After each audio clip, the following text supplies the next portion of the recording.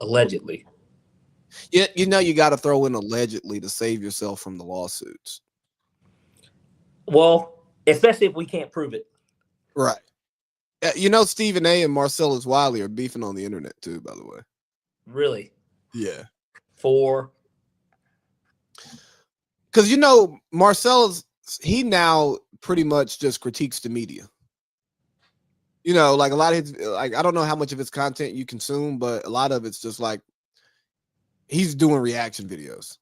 Yeah, it's him at his house in what appears to be like a room upstairs, and it's just him. I know he'll have guests or whatever on sometimes. I don't watch him like consistently, but when I've seen his videos, he's set up kind of like us. Yeah, and that's what he's doing. Yeah. So he commented on something about Stephen A. Stephen A. then returned fire, but he did the whole Stephen A. thing. My producers told me not to do this, and I ain't gonna put a name on it, but I just gotta address this, even though I do what I want. And he just talked about people who can't get a deal, so now they're podcasters, and he said something about Max, and he was talking about in his friends, or he said his friend.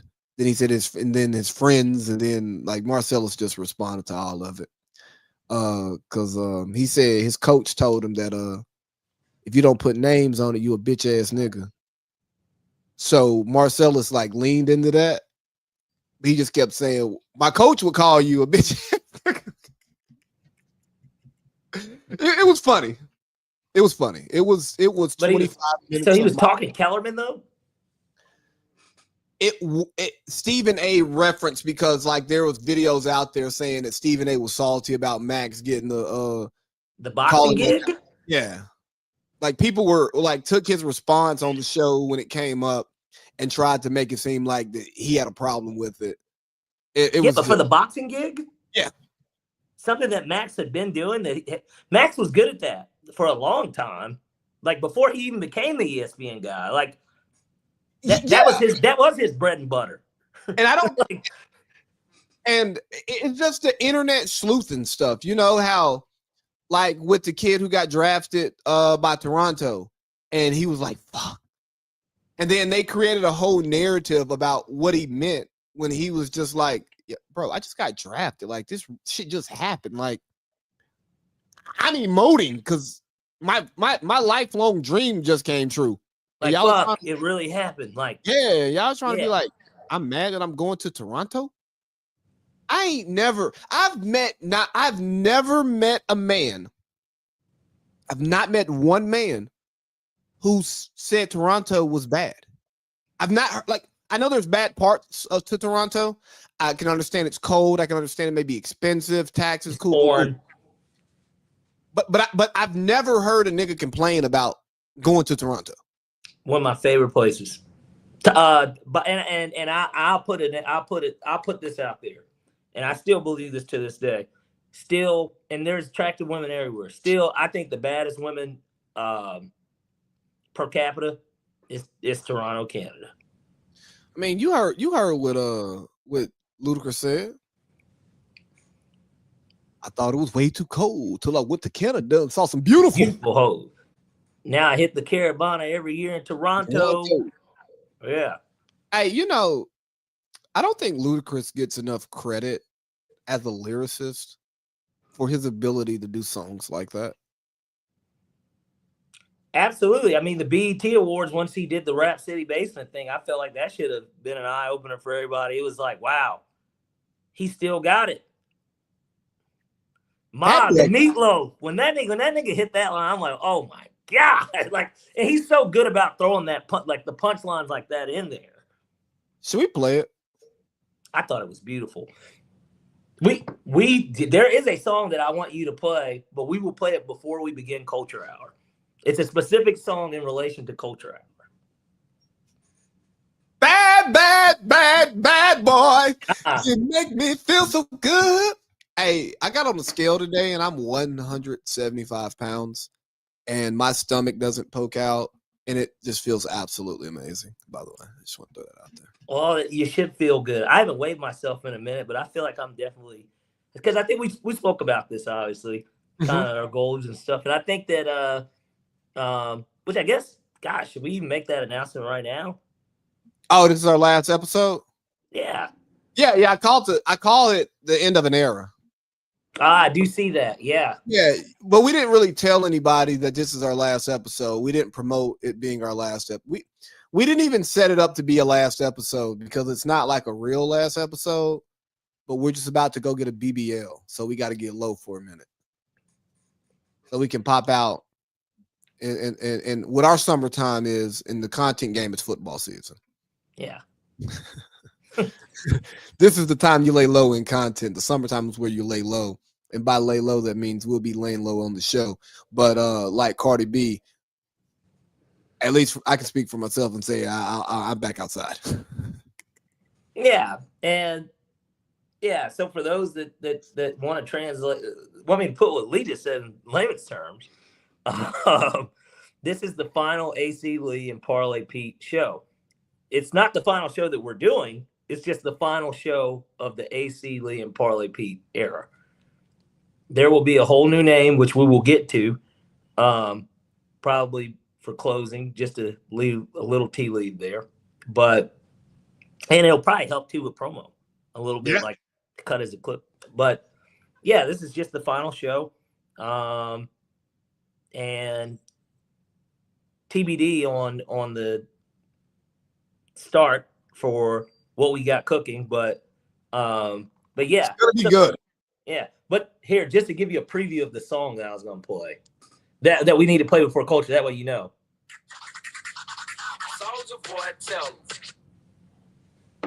That should be enough for you to know why I want you to play that song before culture.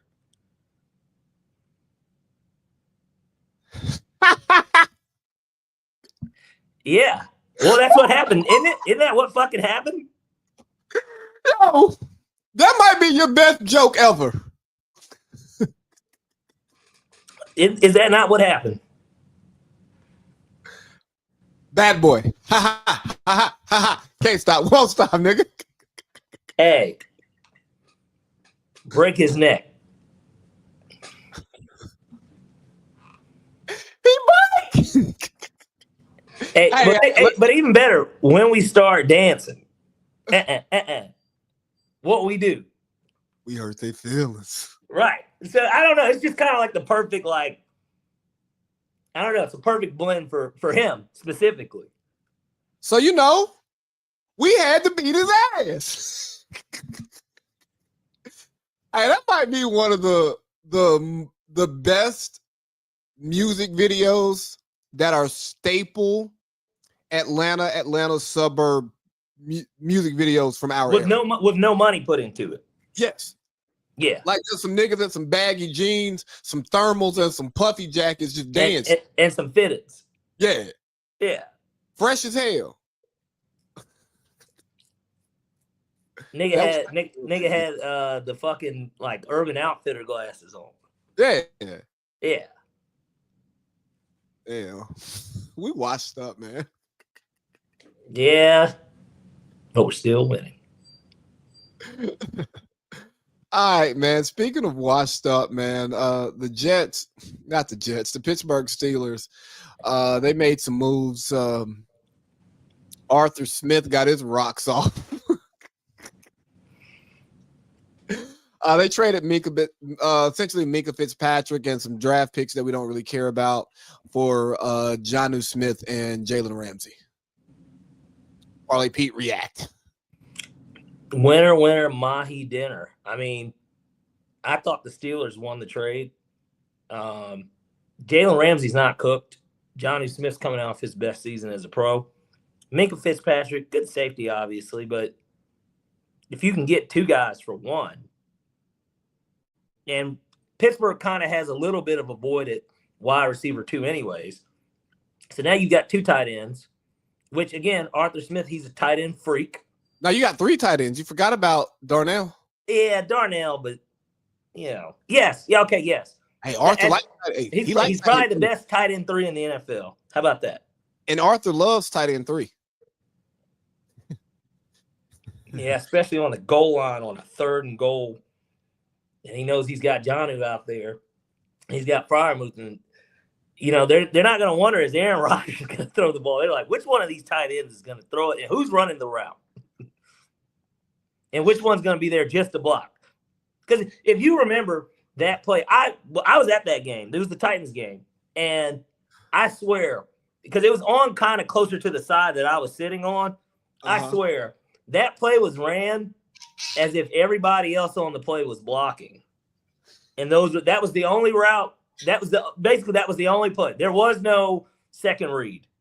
That was the only read, and I just couldn't fucking believe it because it was like third down when they ran it, and we were on we might have been on like the 5 or the 6. You probably were gonna pass it, but the thought would be, Desmond Ridder was still in the game at that point. They hadn't benched him yet because Heineke started the second half. That was when they made the move, and it was just like, why? Like what? Why? Like why are we setting up a play for Johnny Smith to throw the ball to? Not Kyle Pitts. Michael. Damn, what was that dude's name? Not Kyle Pitts was his name. Not Kyle Pitts. Right. We're getting a tight end to throw the ball to another tight end, and this is supposed to be innovative stuff. Like, we're supposed to score. And that roster also has 6'5" Drake London on it. NFL top 100. Shout out Drake London. I mean, fuck. Give me I'll take even a little Olamide Zaccheaus type, underneath. Do something. Do something other than that. Give it to. We have Bijan. That was Bijan's rookie year. Yeah. Give it to Bijan. Can we do something other than that? I still like the move, though, for Pittsburgh. I thought that they won the trade. I have to imagine they're moving Ramsey to safety anyways. Like, that's what's going to happen. Safety he played a little safety, I thought, at Florida State. Yeah. Florida State. And then when he played for the Rams, he played star, which is the slot run support type nigga. You know what I mean? Yeah, and so I like the deal for Pittsburgh. Should we call Mr. Turner and see how he feels about it? We can. It's the last show. Why not call Julian? Yeah, we can. See if he answers. Calling Julian it's always scary when you call him live. Well, because you don't know what's going on. Don't know what he's going background.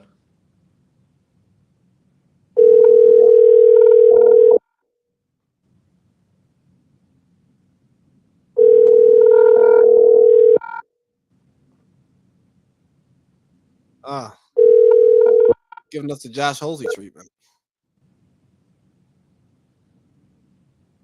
Could be some salacious sex going on. We don't know, but either way, Pittsburgh, I thought, won the trade, and I think even from his perspective as a fan, you can't feel like you got worse because of the trade. You improved certainly one side of the ball, and if you did fall off on the other side, you didn't fall off by much. No, not that much. So I like the deal. I think that again, it adds another weapon for Arthur Smith because I think Justice said it best actually in the group. This year, if it don't work out anyways, Arthur Smith, he's got that inheritance check that's hitting. So, he doesn't really have to do this anymore. This is his last shot at doing it big anyways. Yeah, because he probably doesn't get another head coaching gig ever again. And in Pittsburgh, I don't think that Mike Tomlin gets fired, but if they fall flat on their face and they actually don't do well this year, I could see it just being a clean house scenario because Aaron Rodgers isn't coming back. He's pretty much sounded off on the idea that this is it. And it makes sense. This is it for him. If this is it and they don't do well, they can kind of just it's a clean slate. Outside of DK Metcalf, they can pretty much clean up everywhere. Yeah, and I kind of think that's why they're hesitant to pay TJ. Yeah. Hold on. Does it make sense for us to pay you $40 million? No, you deserve $40 million. You deserve to be the highest paid highest paid non-quarterback. You deserve to be that. But does it make sense for me to pay you for that in where we are in our team building? And he's probably what, TJ's 30, he's probably 31. Like he's like our age, right? So how old is TJ? Let's pull that up. How old is TJ Watt? TJ Watt is 30 years old. He'll be 31 in October. So he's 31, and I don't want to pay you that much at that age. Well, if we give you a 5-year deal, 4-year deal, and you're getting 40 a year, and we know if things go south, we'll have to trade you next off season. There'll be plenty of people that will probably want you, like serious contenders, but serious contenders don't give up serious shit to get you. We'd be lucky to probably get a 1 for you being a 32-year-old pass rusher. Like we might be able to get a 1, and it won't even be a 1 that year. It'll be a 1 2 years from now. I'd probably move him.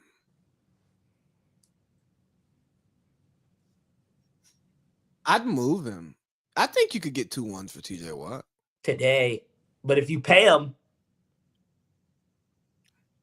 then people are going to be like, you're stuck with the contract. Like, you'll take what we give you. Like, we know he's valuable, but, like, I just don't see him being worth 2 1s next year.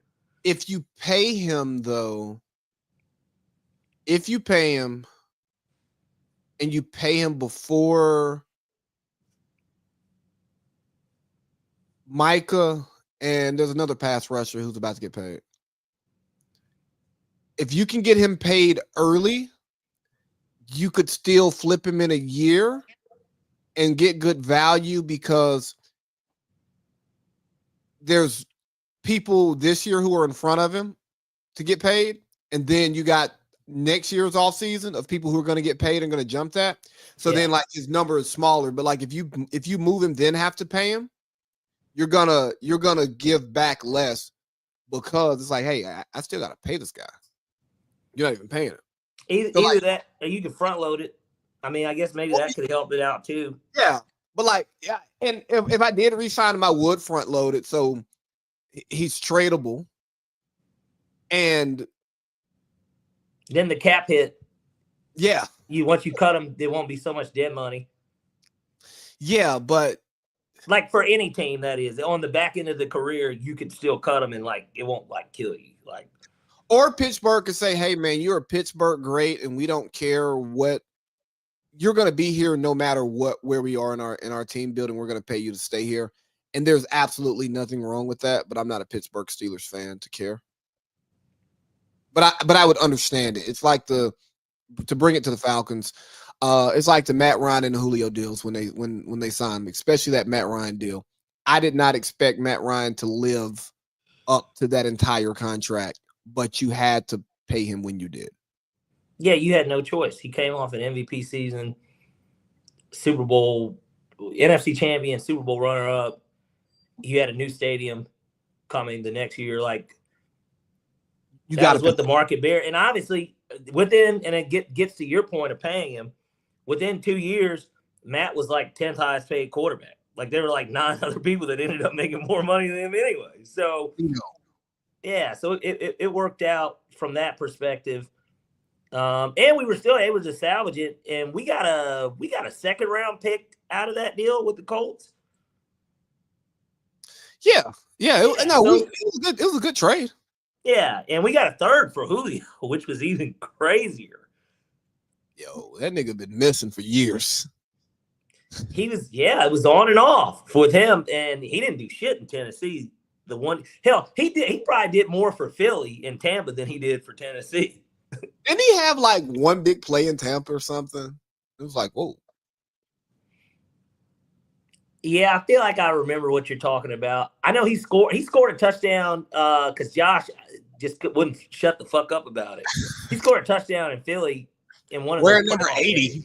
When he wear like 80, that shit was disgusting seeing Julio in a 80. Yeah, add it to the Shaq 33 Cleveland and Shaq 36 Celtics like jersey. Or or a Patrick Ewing Orlando Magic 6. like, Hey, journeyman wide receiver Julio Jones. ugh. And that's how you know it's pretty bad. I mean, niggas, he didn't even get the respect to keep his number. Like, Yeah. but it's kind of good because he didn't wear 11 anywhere but here. Yeah, he didn't wear it at Because even AJ Brown, I think AJ Brown had said he was okay with giving up 11 for him in Tennessee, because obviously that's like his favorite player. But like, he was like, nah, I'll just do 2. Like, as Falcons fans, what really sucks is that we've had some of the best favorite players on our team, and we just don't have a Super Bowl. Like, you think about Julio.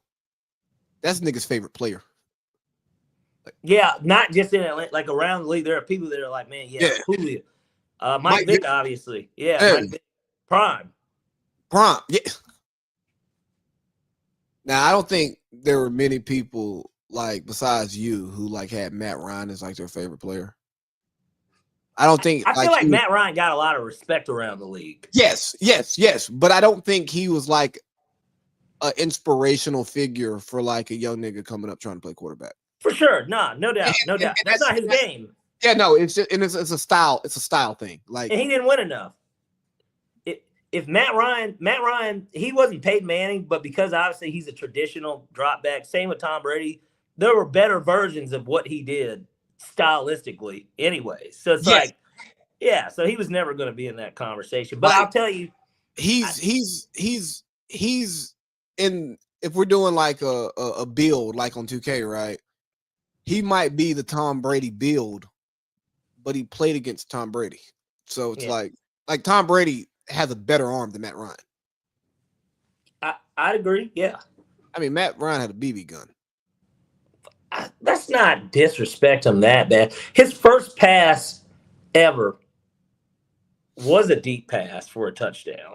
He didn't throw it 60 yards into the end zone, but he threw it about 50 yards, hit him in stride, and nobody was on him. Touchdown. No, his arm is good enough to make all the throws required of an NFL quarterback. Don't get it twisted. Yeah. But like when he throws the deep ball, he has to time his right. Yes. Because he can get it 70, but it's a lollipop if he throws it 70. He's not like how Aaron. Aaron's different. He's a totally no, he is. Yeah.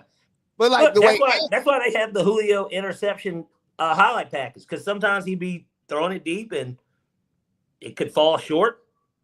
He could overthrow it, even in some cases, or maybe the route, like the expectation was the ball's here, but for whatever reason went over and then the safety's there.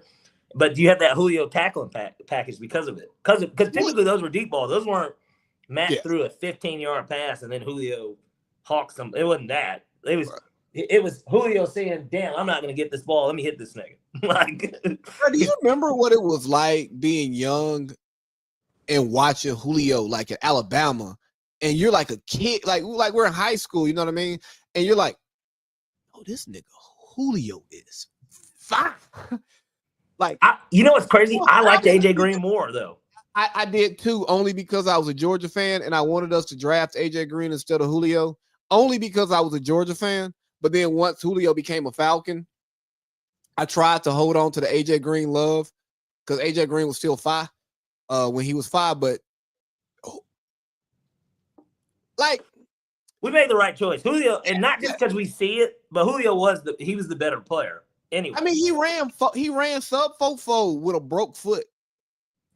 Like, his issue was this. It was that, but because he played at Alabama, they were running the ball, and he didn't have a true. I mean, I'm not trying to be fucking funny. AJ McCarron was throwing the ball. What did I say? No, nothing you said. You were just talking about issues with Julio. Well, yeah, he definitely has his share of things off the field, but and it's none of my business. I ran into him a couple of times, but nonetheless, AJ Green. AJ Green had Matt Stafford throwing him the ball. Yeah, I know it was shitty like that last year, though. It was like Joe Terzic, or it was Cox or somebody. I forgot who the fuck was the quarterback, Georgia, at that point. It wasn't Aaron Murray. He didn't have Aaron Murray yet. No. Did he get, was it Joe Tarasinski, the third? That's who I'm thinking. It could have been Cox, too. Cox was there. I mean, because remember, that's who they said Cox was the one that was sleeping with Stafford. Well, had banged Stafford's wife. Or at least the way she made it sound. Well, allegedly. What's the difference between Cox and Tarasinski or whatever? Right? There is not. It could have been Hudson Mason too. I don't even remember. Bro, look here. The Matt Stafford to Aaron Murray, those years in between them, I don't remember. Yeah. Well, it was a lot of 8-5 ball. I mean, it was the Mark Richt special. Like Mark Richt, one of those years we went 6-6. I mean, like, let's be honest. Mark Richt was a 10-3 guy at Georgia, but he's really an 8-5 guy at heart. That's really who he is. He's an 8-5 ball coach. You know, here's the issue too. 8-5 in college is like 8-8 in the NFL. It's Jeff Fishery is what it is. Like, but I mean, but the difference between like Kirby and Mark Richt, right? We never truly thought we were contenders with Mark Richt, even when we had a roster that was contending. That team with Kirby, they were ranked number 1 to start the year. I remember, but Kirby on the front of Sports Illustrated, it's him, Noshawn, AJ. But you know what, Kirby? We just wake up in the morning as Georgia fans and says, "Hey, we're contenders." There's not a game that they go into that you say, "Oh, they're losing." I mean, we hate our quarterback situation right now. Which I hope that's not where we're at, though. I hope we're not in that Hudson Mason, Joe Tarasinski, Cox error potentially. Well, or at least a 1-year filler in between. I hope that's not the case. Me neither.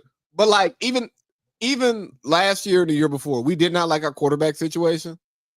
And we're like, we're still contending for a national championship. And you know what? The most important position, we don't like this guy.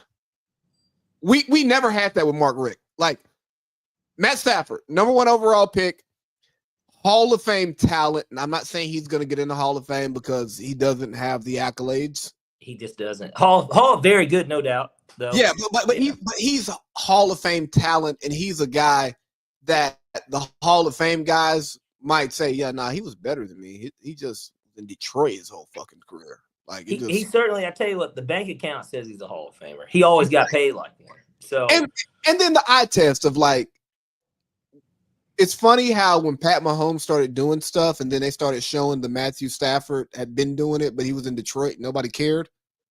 It's like, oh, Matt Stafford's been throwing no-look passes. I'm a Georgia fan. I know Matt Stafford has a hose. Pause. Yeah. Oh, wow. That was insane. That was insane. You gotta play that twice. Yeah. And I think it's because you could have used anything, and you said hose. But as a former baseball player, when you're talking about a guy having a big arm in the baseball community, that used to be what you would say, like, yo, that motherfucker got a hose. Right. And we're not talking about baseball one way or another. No, but I'm just saying, like, I get where you're getting it from. But I know that you know why people say it. But in this new age, if we have to pause everything, even though, like, hey, I'm not gay. I don't have a problem with gay people, by the way. It's just not for me, you know. Like some people sit down when they use the bathroom. Some people stand up when they use the bathroom. No beef. Yeah. No Kung Fu Kenny. Telling myself, man. He definitely could throw the ball. There's no doubt. Yeah, he threw the ball very well. But like to have Matthew Stafford, AJ Green, and Noshawn Marino on your team, and it's like Muhammad Massaquoi too was being wide receiver too, which was he was a good wide receiver too in college, no doubt. Like and he was third round pick Like in Yeah, the he was. NFL. He had a good. He had a good run in Cleveland. He caught He touchdowns. was productive. Yeah. Yeah. He just played for Cleveland. I mean, like that Cleveland Browns team. Like Derek Anderson was their hope at that time. Like, Well, I mean, who's their hope now? Ken Pickett, Deshaun Watson, Dylan Gabriel, Shedeur Sanders, they're just look at this Joe point. Flacco. I mean, Stefanski's playing a game of musical chairs. All right. You know, Stefanski- however loud the boos get, that's when once the boos, he knows when to stop. Once the boos get to a certain point, that's when they stop. And whoever's not sitting in the chair, that's who gets in. Stefanski is playing the smart game. He's gonna get his ass fired. And Because, he'll have a robust market. Right, because he can't resign. He can't not accept a contract extension. He's just gonna have to just, you know what? I gotta get out of this shit show. And Andrew Barry's probably like, hey man, take me with you. I mean, because if you think about it, Stefanski and Andrew Barry have actually done a pretty good job of building up that roster. You know, like if Deshaun Watson was good, if he was Houston Deshaun Watson, we'd be like, I don't know who's going to win the AFC North. I'm going to pick Baltimore. But if Baltimore is fourth and they're 9-8, I'm not shocked because this division is a gauntlet. Well, and look at it this way. You hate to look ahead, but I just had to look at it. Let's say he gets fired. What jobs are possibly going to be open next year? Falcons? Oh, yeah. Yeah, it could be. Honestly, it depending on how bad it is. Because if it's bad, the GM is fired. And then if the GM is fired, the coach is practically fired, even if he's not fired, which means exactly the job becomes open. If you yeah. like, you then would fire Ra a year early because, I can get Stefanski. He wants to come here. These are the jobs that'll be potentially open. San Francisco, maybe.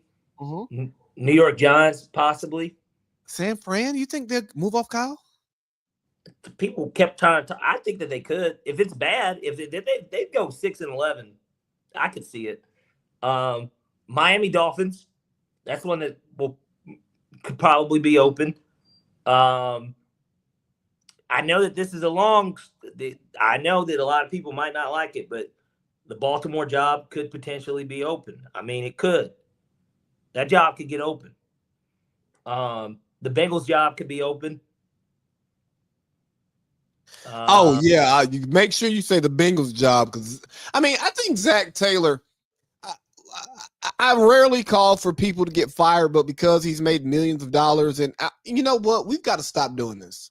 We've actually got to stop saying we don't call for coaches to get fired because they have guaranteed contracts, so they still get paid. So fuck them if they get fired. Like no, if you suck, you should get fired. And I should be able to say that, and I shouldn't say, I don't like to call for someone's job because I'm not actually taking food off your table when I say you should get fired. And if you're an NFL head coach and you get fired, you can always be a coordinator or a position coach for the rest of your life. So like, or you could do what Cliff did. Cliff, they said Cliff bought a one-way ticket to Thailand once he got fired, and then he got refreshed for a year. Look at him. He was coordinator of the year last year in the NFL. I mean, so and he had an opportunity to be a head coach again, and he didn't want to because he didn't want to live in New Orleans, which I'm not mad at. But hey. All right, it wasn't that he didn't want to live in New Orleans. He didn't want to coach that shitty team because then he knew he'd get fired again eventually. I mean, yeah, he looked at their cap sheet and said, "Ooh." And then he's like, who's the quarterback again? He's like, oh, he's like, I tell you what, you guys suck enough, and you get Arch Manning next year. I'll think about it.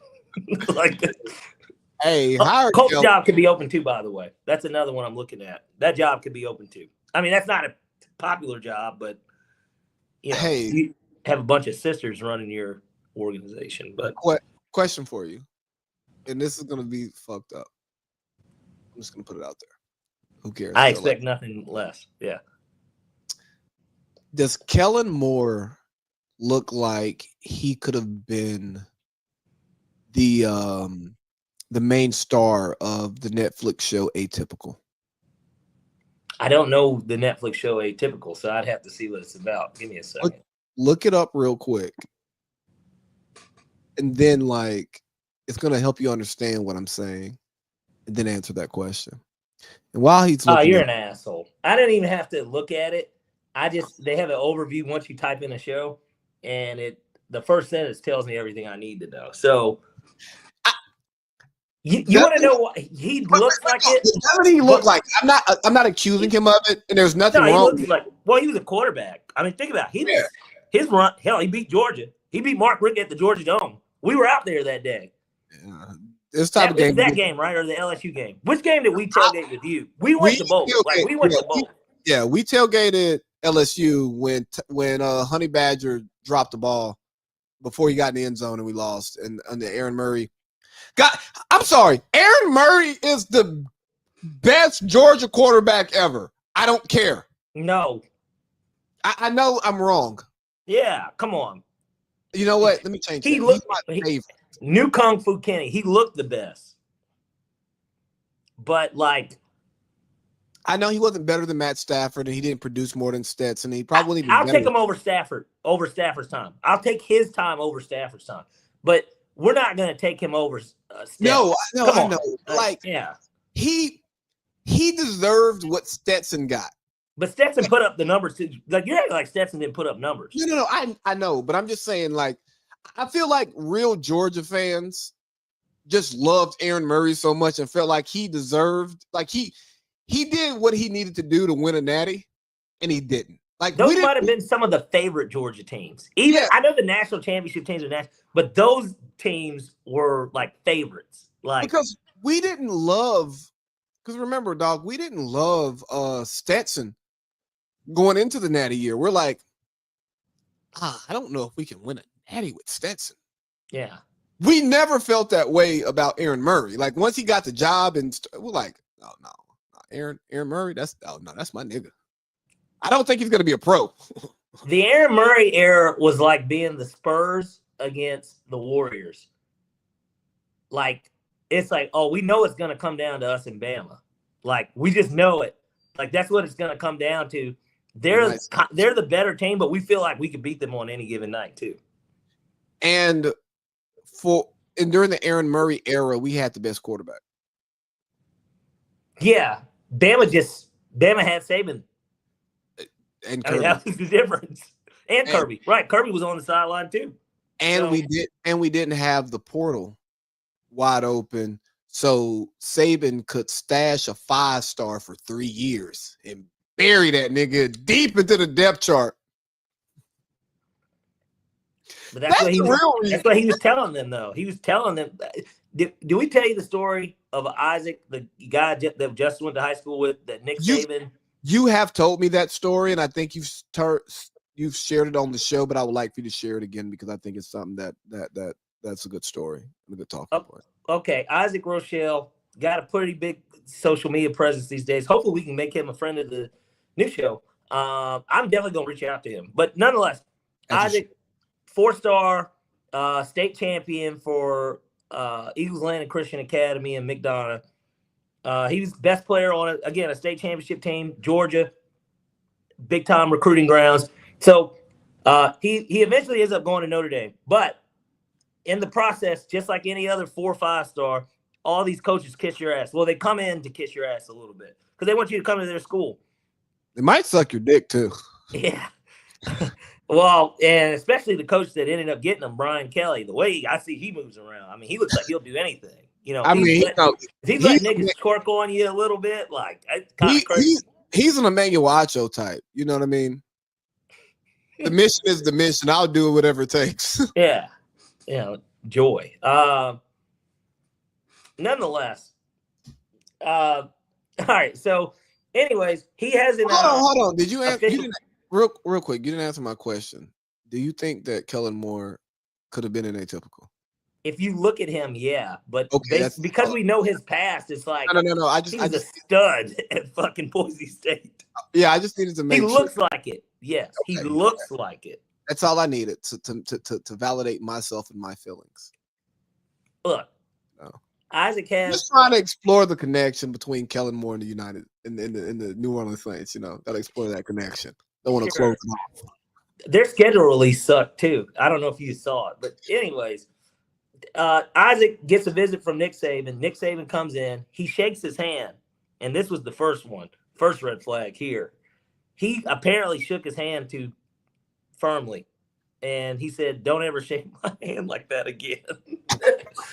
Now that's some Nick Saban. Now Nick Saban can say that shit to Anybody? He can say that. Yeah, it doesn't matter who. No. Like you Nick could have been Saban, Arch Manning, and he could have said it to you. No, Nick Saban. What Nick Saban's going to do is he's going to big dick you in this conversation at some point in time. Well, and that's initially how it starts. I mean, a handshake is how things start. Oh yeah, if I don't respect a man, or if I think a man's soft and he like gives me like the dap hand for a handshake, not like we dapping up, he's shaking my hand like it's a dap. Yeah. Nigga, I'm about to crush your little punk ass hands because you're not a man. Like, come on. Well, bro. you're shaking my hand with fingers and not a hand. You're not even shaking my hand. You're giving me fingers. Yeah, like pause. Yeah, that's crazy. New Kung Fu Kitty. Giving me fingers. That's what it is. But like, hey, do you also like when you go to the bathroom? Do you like sit down? You know what I mean? Like, it's like you don't know what a urinal is, do you? Like, do you see 5 open urinals and still go to the stall? Like, do you pull your pants all the way down when you go to the bathroom, like, and lock the stall door? If I piss in a stall, I'm not locking the door. I might not even close it. Like, I'm just walking in there. I'm just pissing. Well, or better yet, let me guess. You pour your orange juice with your champagne. You have your orange juice in a separate cup, don't you? Because you don't want them to mix. No, I'll put a drop of orange juice in there, but I'm not a mimosa guy though. Period. Like it. Yeah, I'm using it as an example of a bitch type of stuff, and so.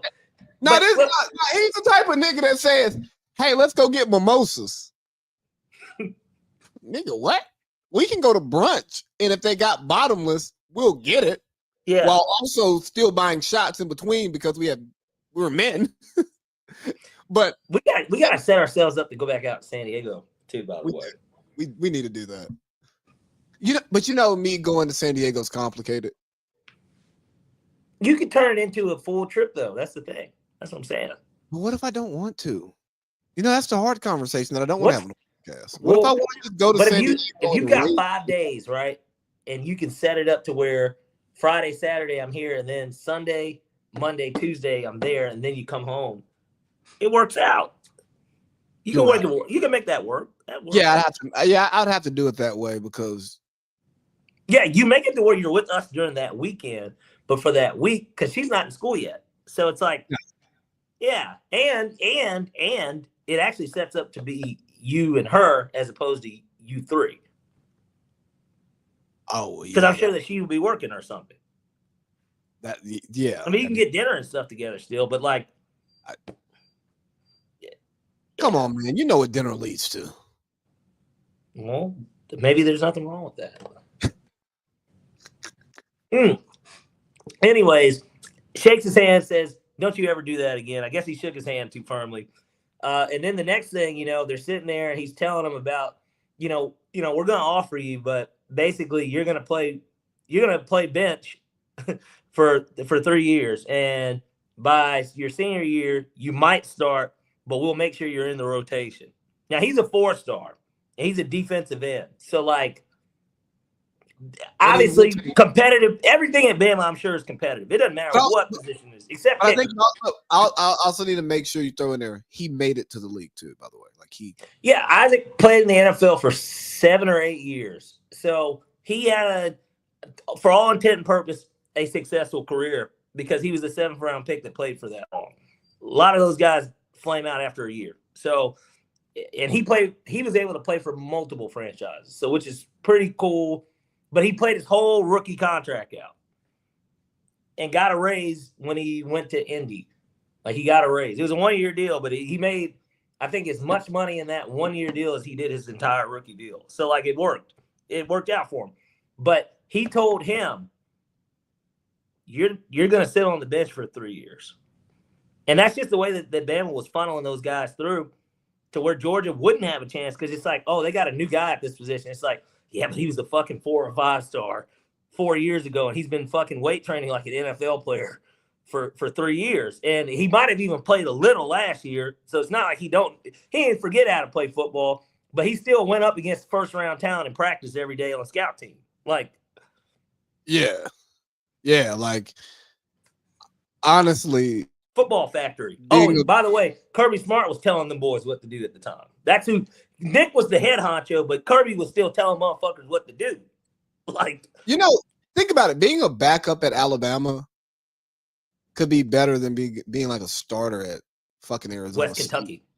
Yeah, no, I'm just saying, like, you could be like a no shit starter, 4-year starter at Arizona State, and like get drafted. But nah, that backup at Bama who may never see the field is a better player than you. Look at Cam Scatterbo. Oh, well, I was gonna just do somebody recent. Cam Scatterbo had all those numbers and stuff at Arizona State, and he only was there for a year because he went to Sacramento State before he was there. But imagine if a guy like that had went to Georgia. Hey, real quick question.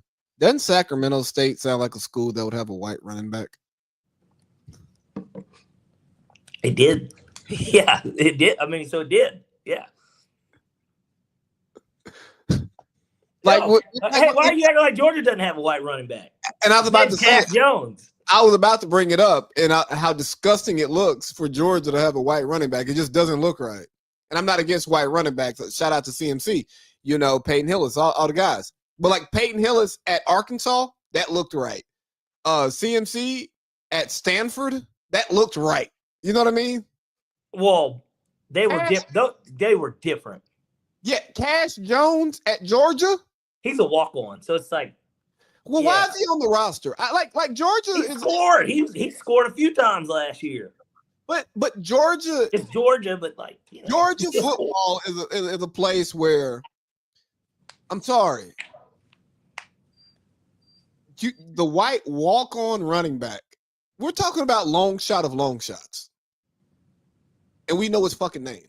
That's not supposed to happen at Georgia. It helps that his name is cool, too. His name is Cash Jones. Like, his first name's Cash. Think about that shit. Yeah, he actually sounds like he mixed. Well, with the last name like Jones, yeah. Cash Jones, you sound like a mixed kid in the hood. Anytime touchdown was plus 500 week 1 against Clemson. I was at the tailgate that day with Jareet. Shout out to Jareet, by the way. But was there, and literally everybody was asking me for the prop bet. And I literally told them all to bet Cash Jones. And the reason I did it, if you remember, Etienne was suspended. He didn't play in that game. Shout out to Haitian Josh. And there was another guy, there's another guy that worked with the team somehow. And he was like, yeah, he was getting reps. And I was like, they're going to beat Clemson so bad. I was like, man, I said, I'd put it on Cash Jones. Clemson almost didn't make the playoffs because of how bad we beat them. But that was a good look. I mean, I know I know they won the ACC and all of that stuff, so they had to get in. But like, if SMU won that game, Clemson wasn't getting in just because we donkey fucked them. Yeah. No, they scored 3 points, and I think that they only picked up on 3 different drives that whole game. They got a first down. But outside that, they didn't get they punted like almost. It was bad. Yeah. It was bad, but hey, Parlay Pete, we spent like an hour talking, and we've got a lot of NBA to get to, and we haven't even actually talked about anything in reality. Oh, we haven't. So, I'm trying to herd cats here. Well, no, I'm not herding cats. I'm herding dogs because ain't no in between my legs. Yes. New Kung Fu Kenny. No, that wasn't New Kung Fu No, I Kenny. know it wasn't a pause moment. No, man. Look, you set yourself up to hurt. No. Yeah, I get it. You saying that there is none is I get it. Yeah, I got to introduce you to Kung Fu Kenny. sure. Yeah, we'll. It'd be fucked up if when I met him, you're like, hey, this is cousin Kenny. Not cousin. I said Kung Fu Kenny. He's not my cousin. Oh, wrong one. My bad. No. This is Kenny.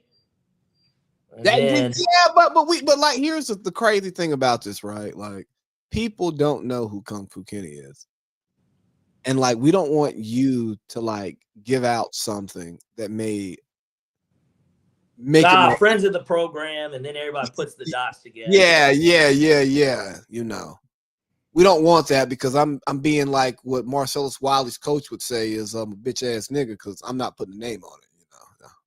Well, what if I was like, I shook his hand, I was like, oh, no, I wouldn't do that either.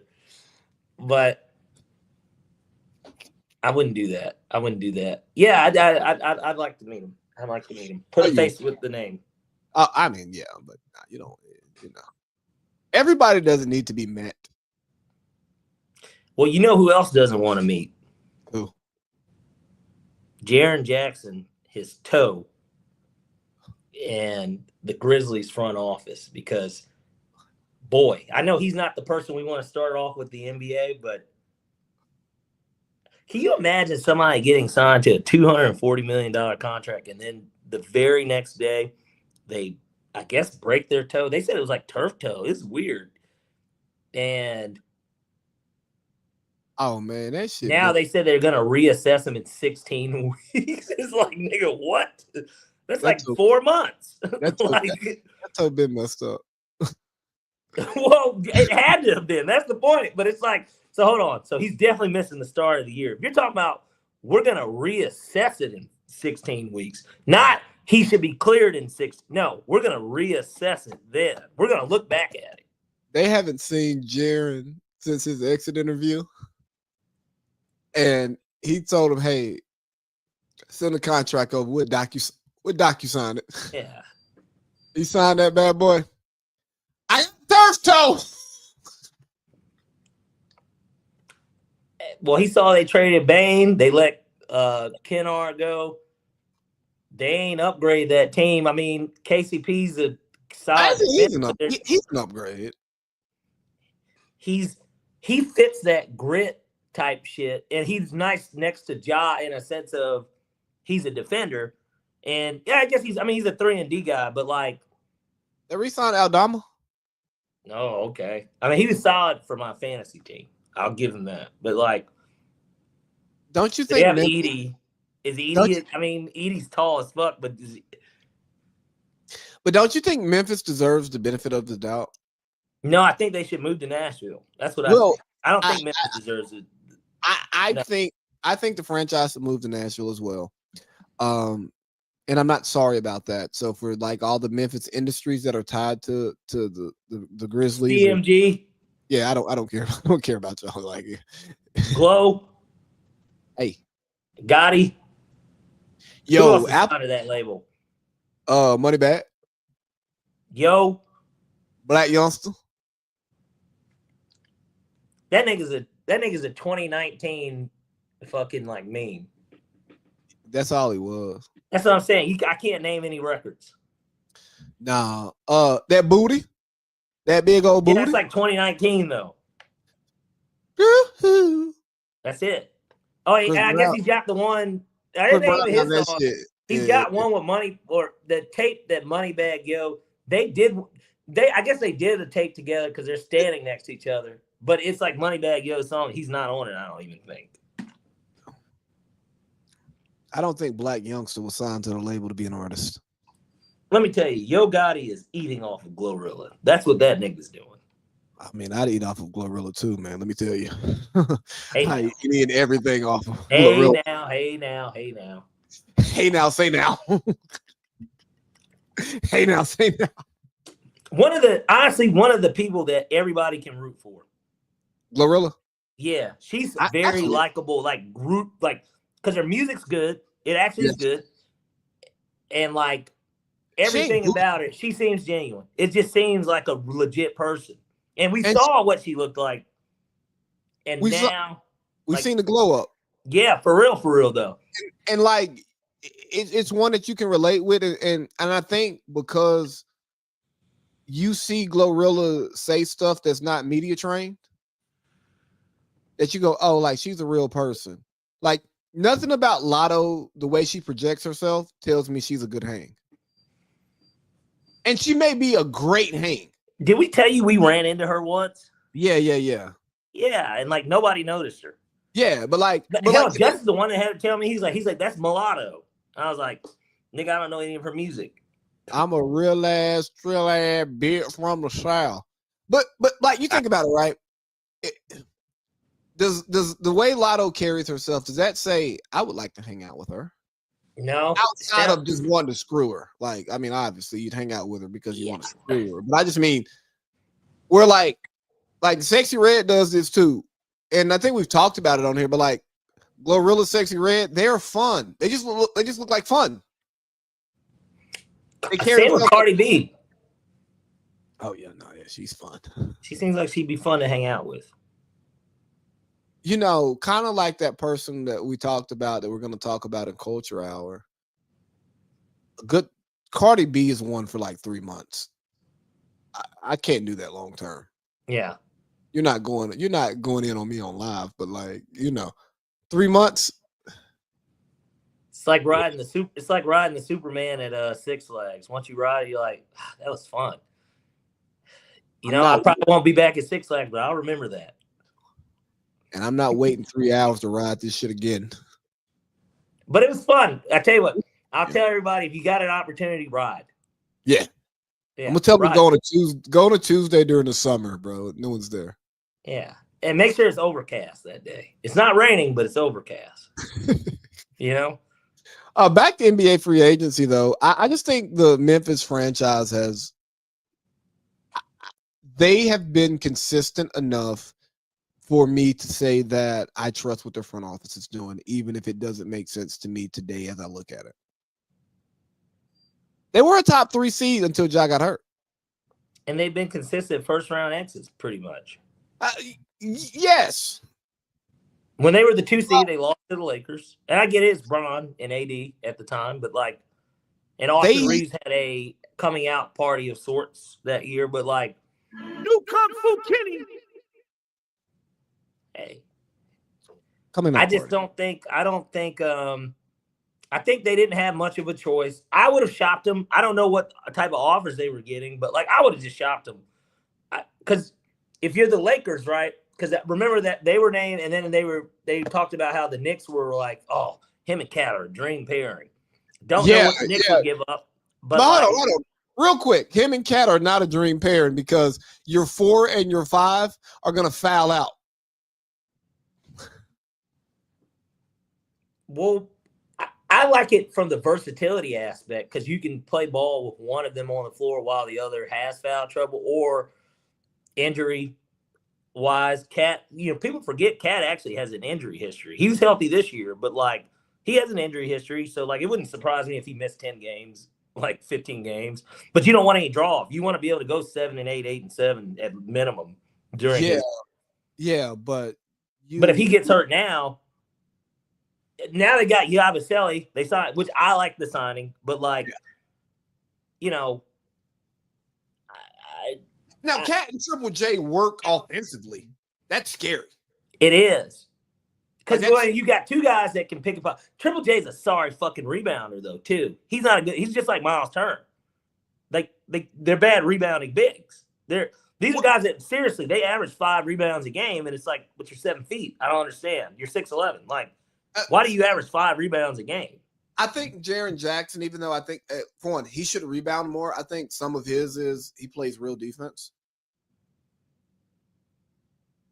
To where he's so into blocking or guarding his man that he can't fucking use that big-ass body and turn around. Like, I'm just throwing it out there. I don't deem it acceptable. And I get it. Look, that's why they drafted Edey in the first round. He's 7'4", right? Like, he rebounds. Nah, Jaren Jackson and Miles, they don't rebound. I think that they didn't have much of a choice but to pay him. Understandably, they probably maybe could be able to move off of him still eventually, but like, I don't think that team's going anywhere. I don't either. First round exit, but like they still. Gosh, but how much better did they? Like, they didn't get better. So like, if they were the 8th seed this year and in the play-in, what are they going to be next year in the West? But how do you get? Well, if you get a full healthy Ja, you're a 4 to 5 seed. Shit, I can name 5 teams better than them after this offseason. Maybe. Who's the maybe out of this? No, list? Who's the maybe? OKC, Houston, no doubters. Lakers, yes. No doubter. Who got Ayton, which we'll get to. Denver, no doubter. There's 4 right there. Minnesota is still better than them. Give me Minnesota over them. That's 5. I agree. I agree with you.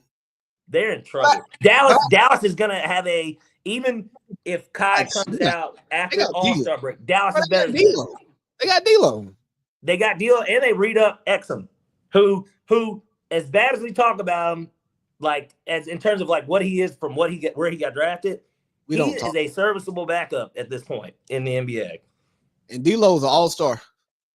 A former all-star, yeah. He's not an all-star, but he's former. I like them. San Antonio probably fucking emerges. I think San Antonio is better than Memphis. All of this may happen. Sacramento is still gonna be. No. We're not doing that. No. Sabonis, Levine, DeRozan, assuming nothing else happens with them, and Dennis Schroeder and Malik Monk. I think the Kings are better than Memphis. I think the Kings. I think the sum of their parts is less than the whole.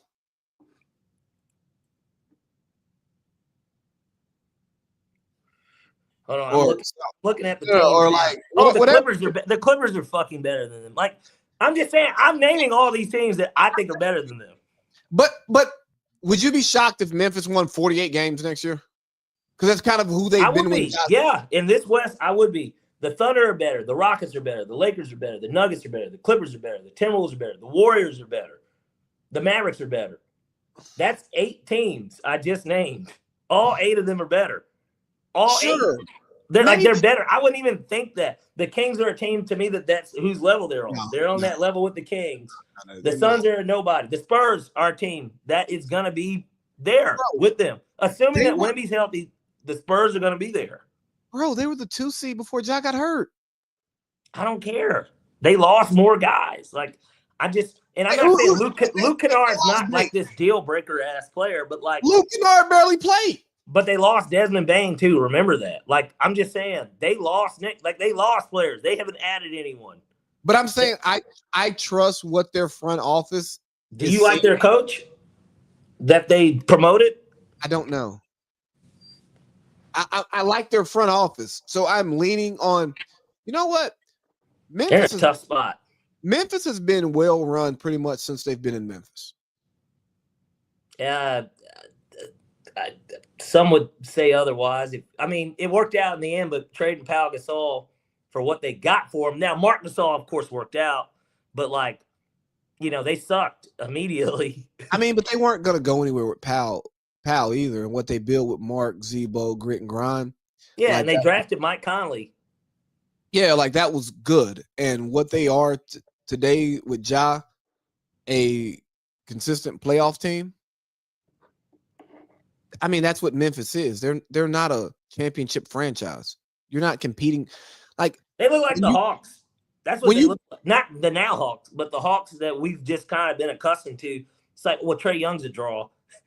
Yeah, but when you take the Memphis job, you're like, I'm not here to win championships. I'm here to be really good.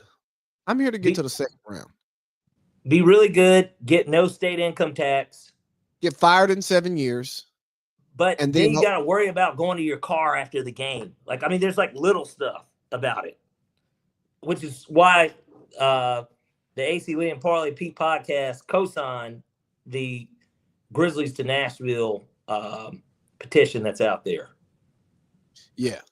Nah, get those guys to Nashville. Like, bro, I'm telling you, you get the Grizzlies to Nashville, I'll move there. Yeah. Yeah. Well, Sophie Cunningham would do it too, by the way. After her comments about Cleveland and Detroit getting a WNBA team, she suggested Nashville should be getting one instead. So I can see Sophie Cunningham preferring to be in Nashville over Detroit and Cleveland. You mean once they have the draft, the expansion draft? Yeah. And she's going to be one of the fucking players that has to go. Yeah, Sophie Cunningham's not giving Cleveland vibes. I mean, she does. I mean, she kind of gives Indiana, but not really. And I know she's a Midwest chick, but like Phoenix fit her pretty well. Yeah. She's not. Yeah. I don't know. Enough about the Grizzlies, though. That's such an irrelevant team. I only did it because it transitioned well with Jaren Jackson. Let's talk about our Atlanta Hawks, who, by all accounts, I think have been, if you don't think they're the winners of the offseason, they're the winners of the Eastern Conference offseason. I think they're the winners of the offseason. Unless you, I mean, Denver's up there. Did you? Yeah, you saw Denver's moves. I like what Denver did, but and Houston, of course, they got KD, so like that's a good move. But like Hawks, you trade for Porzingis, who he's on an expiring deal. So if he's injured, doesn't work out. If it does work out, you got options. But you fix a need. You get a stretch five that can protect the rim. You're depending on his health. Love the trade. I love that trade. And you only gave up. You basically traded DeAndre Hunter for Kristaps Porzingis and who else did we get? How did that deal break down? You got Kristaps Porzingis for DeAndre Hunter. I like the deal. Yeah. So you won that trade. You do that. You get Nickeil Alexander-Walker. No. I just want to say no. Nickeil Alexander-Walker, no. I like the deal. I love that deal. You added another defender, another guy, a 3-and-D type of guy that will be depth, or it could be the starter, depending on what you want to do. I think Risha Shea is going to start, but like, regardless, you've got a lineup where you can have him on the floor with Dyson Daniels. You can keep Risha Shea in, Porzingis and Jalen Johnson. Love that. I like that defensively. That sounds really nice. Like, bro, you added Luke Kennard. Think about the lineups when Trey's on the bench. When you can go Dyson, Jalen Johnson, KP at the rim, and whatever other niggas. You can do a Kongwu. Yeah. Yeah. like what the Hawks have done. Let's give the Hawks GM a lot of credit for what he did coming in. Let's give Rustler some credit for getting rid of fucking Landry. Yeah. Start with that. He realized he made a mistake and he moved on.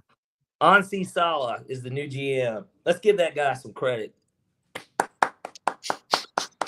Slap it up. I like what he's put together. I think, oh, by the way, you dropped it, Asa Newell, who I don't know if you watched any Georgia basketball, not particularly great watch. They made the tournament this year, though, so think about that.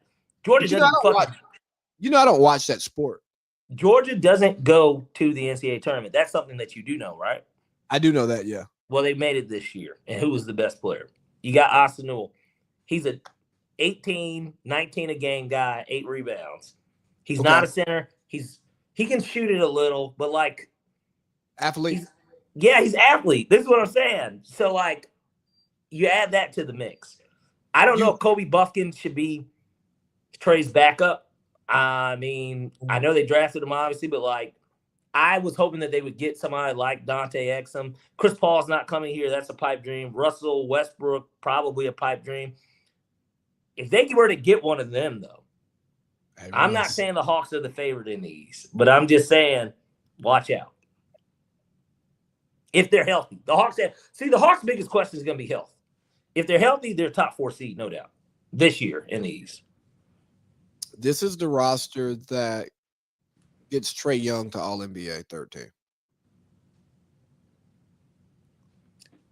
If Ricochet takes a step, we're talking second team. Because Trae could average 15 assists and 25 points. And I mean, how can you not give it 20? He's going to have first-team numbers, but the media hates him so much. But if he's 25-15 and the Hawks win 49 games. He'll probably be 25-11. 25-11, 53 wins. That should be all. If they get the 53 wins, though, they're the third or maybe even the second seed. Yeah, that should be. Because Cleveland's going to have a drop off. Cleveland's not winning 64 games or whatever they won. No, they probably win like 55, 58. Yeah, because right now the East is Cleveland, New York, Atlanta, Orlando. Those to me are the 4 best teams in the East on paper today. Yes. Because Indiana loses, obviously. I loved your joke there. Because it took me a minute, and I was like, "Oh, it's a place that you would go in San Diego called Pacers," so it made sense. But what was my joke? Well, you said you understood how Miles Turner felt. You said, you know, when you leave Pacers, Miles, leaving Pacers is tough. I've been there. Yeah, and so I understood it, and anyone that you know that lives in San Diego, they understood it. But they lose him, and basically Halliburton's gone. So you've lost essentially before you got Pascal Siakam, your 2 best players. In reality, those were the Pacers' 2 best players before they acquired Pascal Siakam last year. So they're well coached and they do have depth. And TJ McConnell will be good, but like they're not a contender. They'll be a playoff team. They're just not a contender. Like Toronto should be decent this year. That's one of those teams that steps into the playoffs, in my opinion. Well, you know, Bill Simmons didn't really, he had some issues with Perk saying that Toronto would be good. You know, I think they will. I don't know about good. I just think they'll be a playoff team. When the play-in is over with, they're going to be one of the 8 teams. They are more talented than other teams. I'm not saying that they fit well, but they are more talented than other teams. Yeah, they've got enough talent on that team to be a playoff team. And so they're going to be able to switch like pretty much everything 1 through 5 too. Yeah, exactly. There's depth in a lot of different places. But like you think about it though, like Emmanuel quickly can average 16 a game. RJ Barrett. He could be getting triple doubles, low key. RJ Barrett, he'll give you 20. Scotty Barnes will give you close to 20. BI on this team, 22. You know what I mean? Like, yeah. I left the team out, by the way, because I'm looking at this. So Cavs, Knicks, Hawks, Magic. But I tell you what, these are the guaranteed 16s. Those 4 Pistons. Yeah.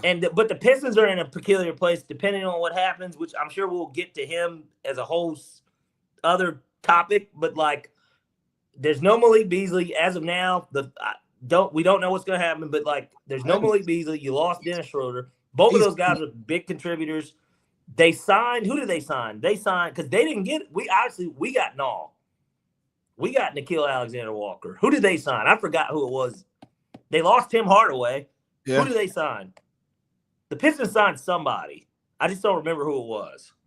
But that's still 3 guys. Those are 3 contributors this past year that are gone. They get back Jaden Ivey, who, again, he's coming off injury. I think that there's a little bit of promise there, but I mean, how good is he going to be? Like, how good can he be? Is he a 15-6 dude? I don't know.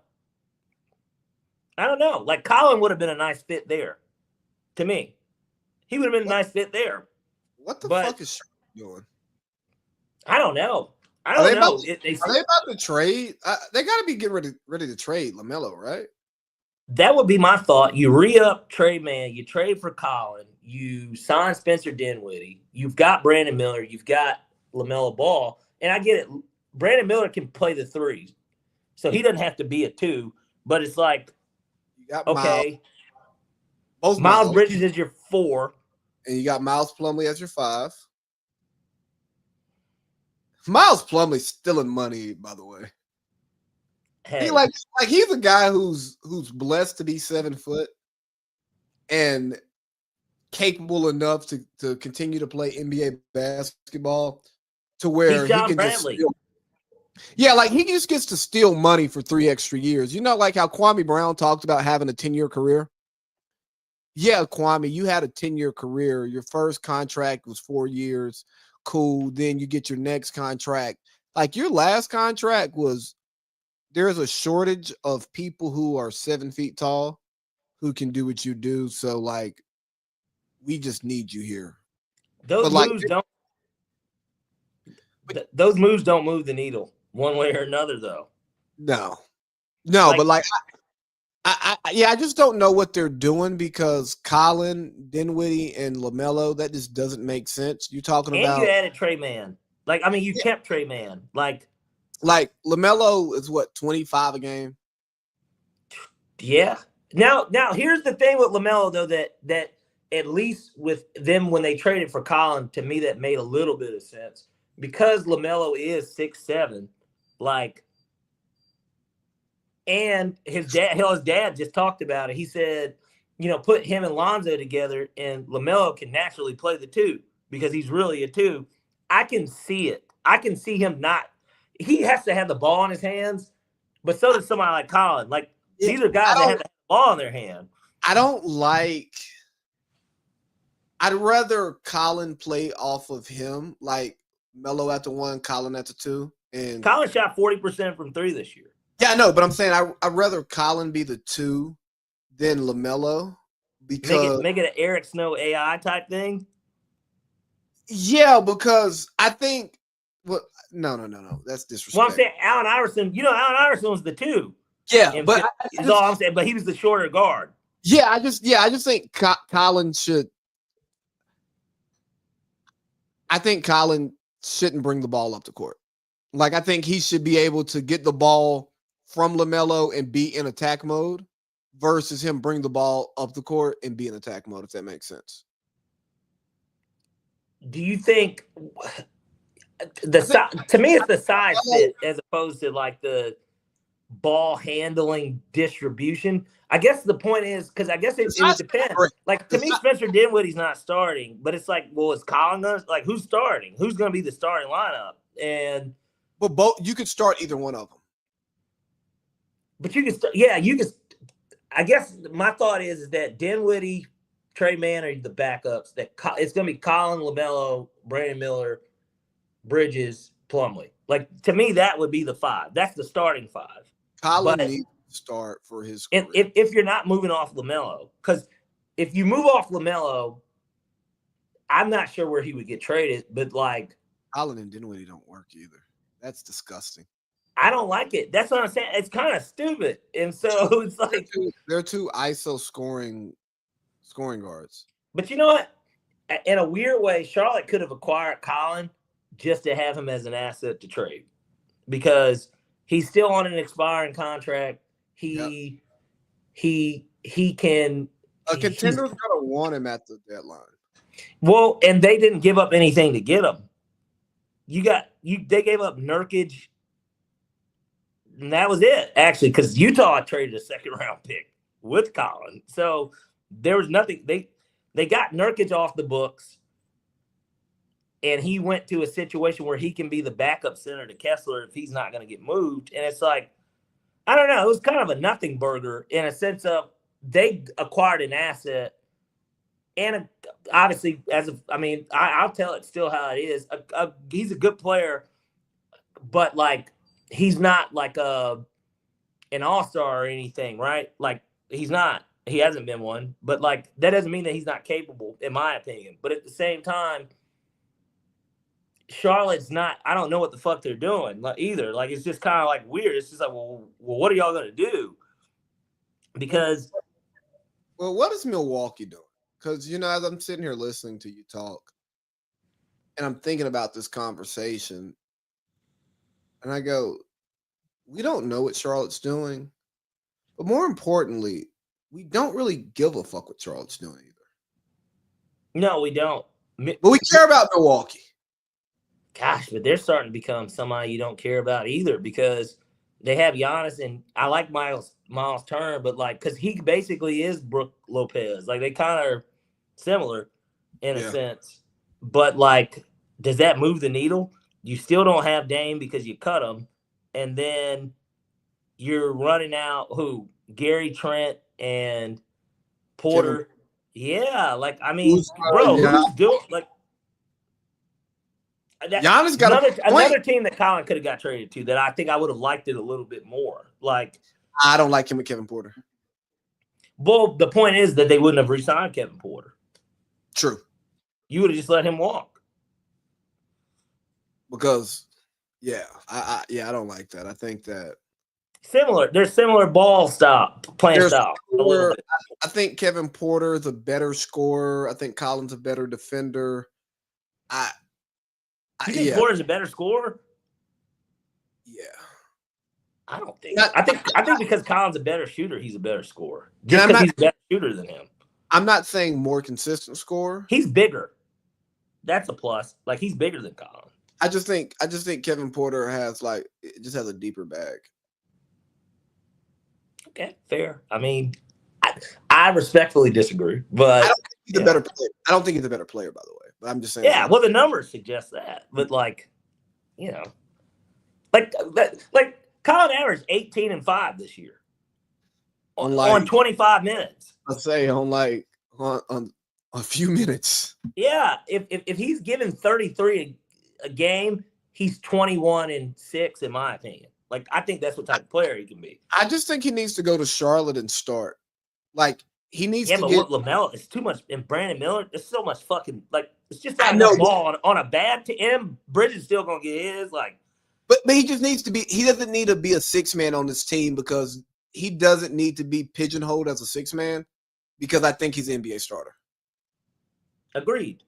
But if he's like the 6-man on this bad team, That's bad for him. He's not gonna get paid. He's gonna get paid. He might go to a better situation, but he's gonna be typecast as a 6-man. Yeah, and I think that would be okay. Like if he went to. But you don't want to be typecast as a 6-man because you get paid like a 6-man. You want to be a 6-man on a good team, but you want to get traded to that good team. You want to sign your contract as a starter, because of where he's at. You want to sign your contract as a starter. But look at it this way: if Peyton Pritchard and T.J. McConnell were both free agents right now, coming off the years that they had, both of them would get $100 million contracts. I think. I don't think so. Really? I think depending on point guard is a deep position in the league, but Miles didn't get 100 from Indy. Miles didn't get 100 from Indy, so TJ McConnell. Well, okay. When I say 100, I mean if it was over 5. If it was a 5-year deal. You're not paying $20 million a year for TJ McConnell.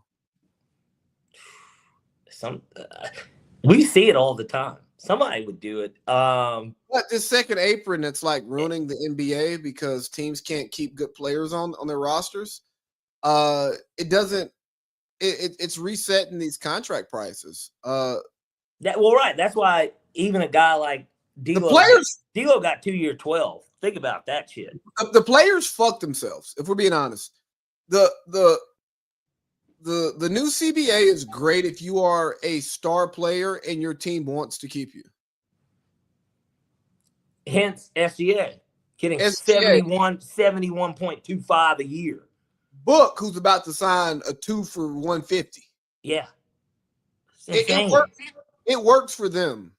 But you see Luka gets traded. Why? Because they don't want to pay him the Supermax. They don't want to give him 75 a year. We're talking you see Miles. Well, the Lakers are going to give it to him though. Yeah, but you see Miles not get re-signed by Indy because Halliburton's hurt, so they know they're not going to compete next year. So it's you know what? Let's not even carry this money because we know we're not going to be good. You know, you see, we're not getting great team building anymore. Like, you can't build a team and keep your guys. Like OKC, everybody's saying OKC is going to be fine in a few years. No, they're not. Once they start paying everybody, they're going to be fucked. And now you got to hit every draft pick. But they're in such a better position, though, Lee. I mean, remember, they're in a better position than everybody else, but they're either going to lose part of that core, or they're going to be stuck having to get the draft picks right, because Chet's gonna probably be the one that goes. Because I wouldn't give Chet a max. He doesn't deserve a max. Chet's gonna probably be the one that ends up having to go, but because they've got so many picks, they like Nikola Topic, right? This is a guy that they drafted 11th, and he didn't play this year, but they drafted him in 11th, and apparently he could have went higher. He only went to them because, of course, they could draft a guy that high and then stash him for a year, ease him in this year because he's going to back up SGA. They still got a bevy of picks. There's going to be some marquee free agent that's out there that they can put with Jalen Williams, J-Dub, and SGA. They're going to be able to attract. I mean, I know it's Oklahoma City, but like they're going to be able to attract to get somebody. Like if Giannis wants to call it quits after this year, they've got the pick. They'll still have the arsenal to make the deal. He's not going there though. Giannis and SGA don't work. Giannis doesn't work with anybody else who can like be ball dominant. Giannis needs to play with shooters, defenders, and microwave guys. Do you think that's why the Hawks are the favorite as of today? Because there is no Trey doesn't have to be ball dominant, certainly. And so he showed last year that he can come off the ball. Led the NBA in assists. I mean, he led the league in assists. Yeah, no, I was playing that for come off the ball. Yeah. Yeah,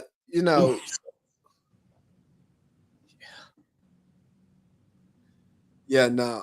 These dogs, I'm sorry, my dogs, because as you see, they're in here right now. Yeah. They have gas. I'm getting pissed off. It stinks in here. Well, you're an ass man, though. Yeah, but that doesn't mean I want to smell dog ass. I like woman ass. Yeah. You should, I'm thinking about these intros, stuff like that. You could play Billy Gunn's music coming out. You remember Billy Gunn's music in the WWE? I don't. I'm about to look it up right now. Okay. Well, the name of the song is "I'm an Ass Man," dun dun. 'Cause I'm an ass man, dun dun. I'm an ass man. Yeah, I'm an ass man.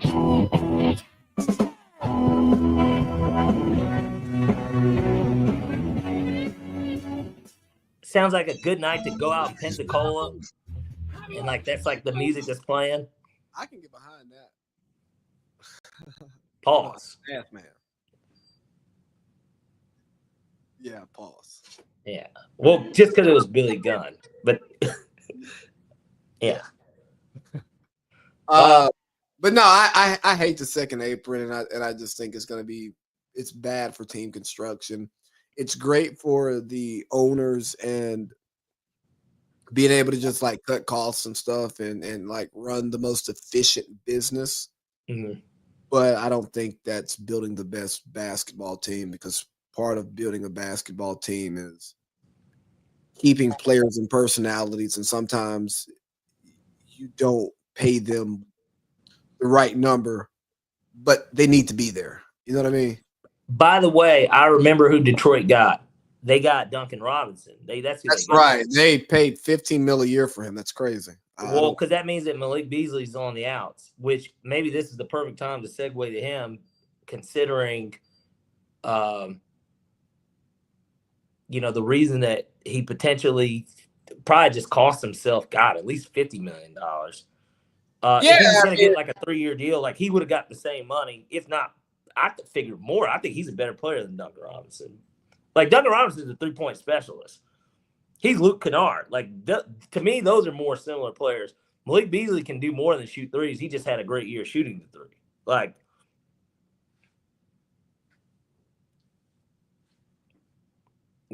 and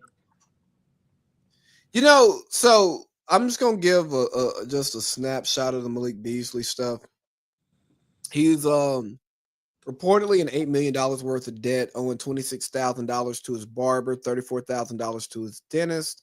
He's made $59 million in NBA earnings. He's being investigated by the feds and some gambling stuff that he's somewhat involved in. I'll tell you, I believe this stuff about him. And I'm pretty sure I told you a story behind the scenes that you've got somewhat intimate knowledge of this. Yeah. So when this came out, I was like, oh, I believe it. Like before I even read the details, I'm like, oh, I believe it. And then I start seeing like all the different people he owes money to. I'm like, oh yeah. That aligns with the story that I was told. Yeah, no, that makes sense. Yeah, he's a crash out. He's a certified crash out. And I've also heard stories about that as well, like reckless. Like he's a guy you don't want to go to the club with. Is that bad? Ask the Broncos. They don't care for him. I mean, he was fucking Larsa Pippen, right? Yeah, but I heard that bro, the guy you don't want to go to the club with. And he doesn't exist in our group because we're not into that type of stuff, but he's the guy, he's the guy freshman year that wasn't in the crew sophomore year. Right. Hey, real quick, do you have an idea in your head who the guy was who you were cool with freshman year, and then you realize almost every time y'all went out, he got to fight, and it's like, hey, man, I can't keep going out with this nigga.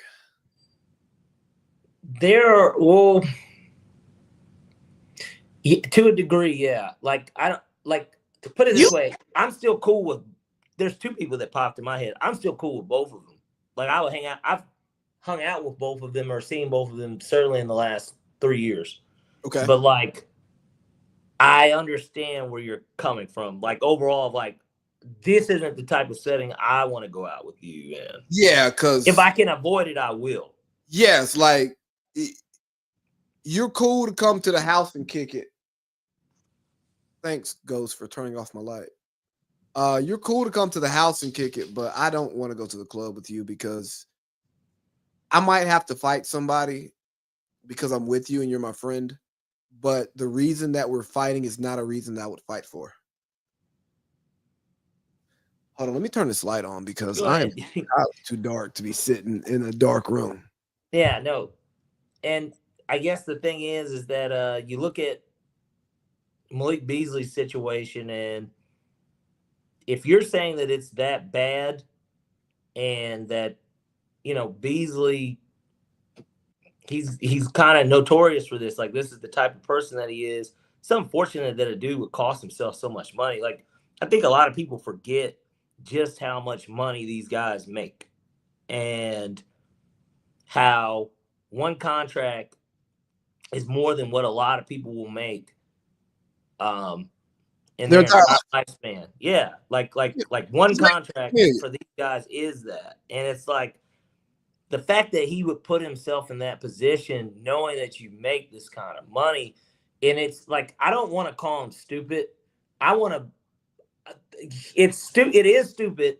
I don't want to call him stupid. I think that like the people around him did him a disservice too. Like, his agent should have gotten a hand on this. Like, that's why he hired you. And whatever the agency is, I'm going to assume that he has a normal agency like CAA or something, and that it's not like, Omar Cooper or something. Like, I'm going to assume that, like, that's not his agent, right? Yeah. So it's not like a family friend. If he has a legitimate agency, you can't control what the player's doing, but you literally get paid to fucking like advise him. Like that is the point. The point is that why is it that he's having to take out $1 million hard loans when he's made 40 Adrian Rogers. Why does he have to take out? Did you read the article, right? No, I didn't. Like Okay. I forgot I had to walk the dogs. Well, in the article, it breaks down a lot of it. So it's more than just the dentist and the barber and that stuff. He took out. So it's common. Apparently, it's common amongst athletes. They take out loans, and he's taking out now very high interest loans, basically damn near. So it's funny because I can relate to it because I know, and I'm not a millionaire or an athlete, but I know what type of loans they're talking about. I don't know how a guy that's making that much money gets into that type of position to have to take out. So a lot of times they take the loans out before they sign a deal. So in his case, though, this is what made it different. This was not like his rookie contract. He just couldn't wait for the 1st and the 15th, essentially. Oh, what is and like if money. I don't remember what his deal was, for instance, like with the Pistons this past year. Let's say it was 1 year 9 or something. Especially if you've got debt in other places, what do you have to do that for to where you're not paying your landlord, you're not paying your barber, you're not paying your dentist? And these are all essentials, right? Upkeep for grooming, dental, of course, your teeth got to be straight. Well, hey, but here's the thing. So Jeff Teague talked about this on this show today, right? And one thing he pointed out, he said, bro, when you're in the NBA, you got healthcare, like you got insurance. You don't have to pay to go to the dentist. He's like, I never paid to go to the dentist while I was in the NBA. So unless you got like some veneers or something, or you done tricked off on a chick, right? And then even like with the rent and stuff not being paid and the barber not being paid, he's like, he could have had a bad financial advisor, because a lot of times the financial advisors are supposed to take care of all of that stuff. Like niggas get all these millions and they don't manage their day-to-day, they don't pay their rent, they don't pay their bills. Someone else does it for them. And he said it could have very well been this bad financial advisor. And apparently he did rearrange some of his staff about a year or two ago. So I'm not saying that's what happened, but I'm just throwing out there that could have been something that happened. Because even in the conversation, Jeff was like, when you get traded, a lot of times a team sets you up with where you live. So they know, like, if you ain't paying rent, they know your boss. They know who pays you. Yeah. It's like they call it corporate housing. Yeah, it's like, my man's. It just seems so unfortunate, and maybe he's not the only one, and it just is coming to the light because of the gambling, and it doesn't help with it. But I think that, like, it's just one of those situations to where it's just like, bro, what are you doing? You're coming off the best year of your career on a team that wanted you back. It was promising. You guys made a run. Then the sleuths of the internet, they get on Twitter and they're able to prove like some funny fucking shit that I saw. Did I send you the video? There was a video of him. I've seen they were down like 9. Guy makes the free throw. They're down 10. The spread's 8.5. He catches the ball with 5 seconds. He sprints down the court and lays it up right before the time because nobody's guarding. They're down. The game's over. Mm-hmm. But he does it and it covers the spread. And I'm not saying he bet on the game. Nothing. I'm nothing like that. But like that is the type of stuff to where even the gamblers, the people that are betting on this stuff, if they're watching it closely and they bet minus 8.5 on the other side, you do start to wonder to yourself, man, get the fuck out of here. Basically, get the fuck out of here. The games, typically when a game's over, there are times when guys will shoot them shots. It happens. But like he had to go all the way down court. Like the game was over. They just will dribble it out, let the ball dribble and give it to the ref. And he did that, and now he's being probed. And it's just kind of like, I'm not going to lie to you, though. The integrity of the game is in the balance when shit like this comes out. I'm not gonna lie to you though. If I'm a player and it's like the end of the game, and I know the spread, and like I could get a bucket to either to like change the bet, I probably would just to fuck with people because like the game. I mean, but the game is now decided, right? Like the game's decided. Yeah, and, you bet the money line. And now I'm but just the over under's at stake potentially, and so is the spread. But as a player, I don't care about that. And these 2 extra points help my points per game average too. I gotta renegotiate a contract soon. And you know what?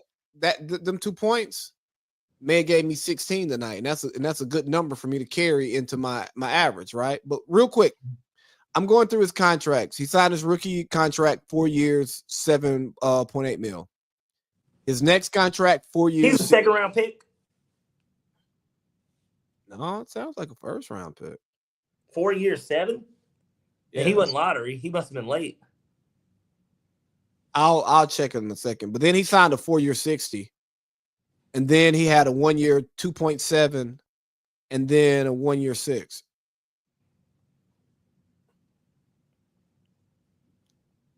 Malik Beasley, he's 28. Oh, he's from Atlanta. Wow. I didn't realize he was from here. Yeah, he's from Okay, he went to St. Francis, so he went to a private school. Yeah, all right, he's the 19th pick. So it wasn't lottery, but he's first round. Damn, they were really not paying them niggas a little bit back then. No, first round picks don't get like they don't that rookie contract. They upped it way more. Collins, not to put his financials out there. I mean, I guess it's for the internet can see it. His deal was like a 4 year. He got like 25 almost. That just seems like a lot more than that. And granted, he got drafted 2 years prior and wasn't a lottery pick, but that's a big difference. But also, the goal is to get your second contract. That's the one that changes your life. Which is what he got. You said it was a 4 years. 4 year 60. He got it, and he blew it. Yo, how much you think he was gambling? Let's see. Hold on. I got to look at the year. 1, 2, 3, 4. So Minnesota is who gave it to him. That was during COVID. Yeah, he's probably just sitting up. just fucking spending his every week. He was just spending. Like, and I'm not going to say just gambling, but like he would get the check and spend the check. Oh, yeah. Yeah. Like save none of it. Type. Yeah. Nah, you can understand. Stuff like this makes you understand how one could blow $60 million. I am curious looking at this now. Yo, I bet he was having some fun though. I can't for sure say this, but it just says he went to St. Francis in Alpharetta, but like it's like I'm gonna assume he didn't live in Alpharetta, and that's a bad assumption. But like, look, I didn't live in Sandy Springs, and I'm not him. But like, I'm just simply saying my assumption is if he went to private school in Alpharetta, he was traveling. He was, commuting there. Like he didn't live in Alpharetta. But maybe the idea that he hadn't seen that kind of money, and I get it. Like when I think and I'm not an NBA player, but I look at the time where I had the most amount of money in my bank account once, and how like it felt to like spend money and to just not even think about it. Like, I mean, not that you don't like, not that I thought about other things when I did it, but like, it's just like more, or other times when it wasn't as much, but it's just like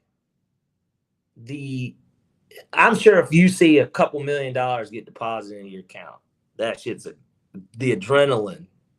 Oh yeah. I'm about to go do something stupid. Yeah. Like buying a car. Like I'm talking like just like splurging on unnecessary, like super unnecessary. I'm gonna be a few $1,000s. I'm gonna be honest. Keep doing it.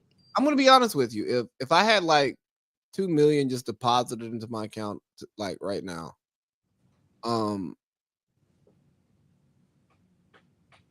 what time is it? 10:25. We'd probably cut this show and go do something very irresponsible in the city.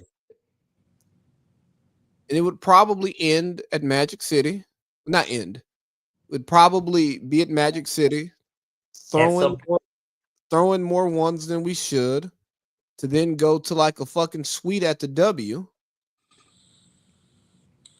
You know, Drew Turner might fly in and go to work in the morning. Well, with that with that type of splurge off, like, no, we got to get this done tonight. Like, we're doing it tonight.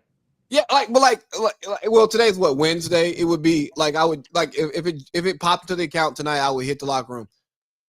Who can come to Atlanta tomorrow if you didn't have to pay for a plane ticket?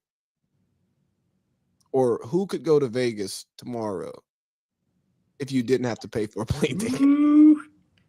You'd get 80% attendance, I bet. Yeah, the married guys, I understand.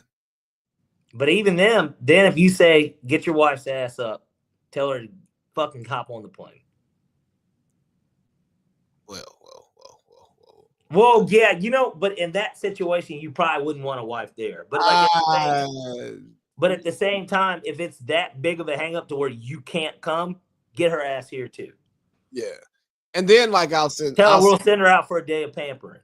Yeah, then I'll send Cindy like an ass load of money. I'll be like, here. Leave me alone. No, leave me alone. Not forever, but I'm just saying, like, yeah. Go do something. Don't hit me up this weekend about anything.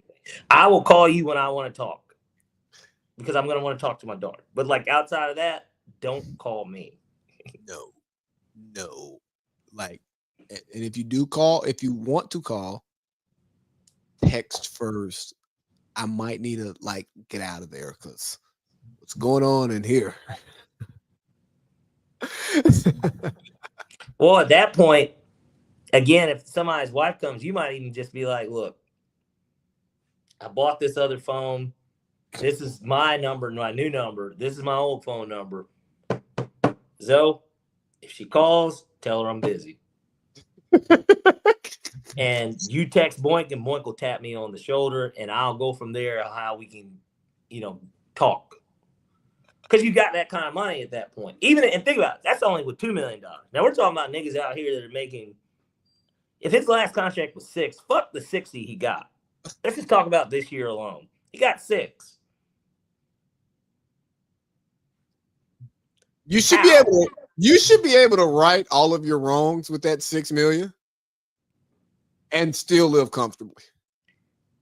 From October until May, this nigga was with the team.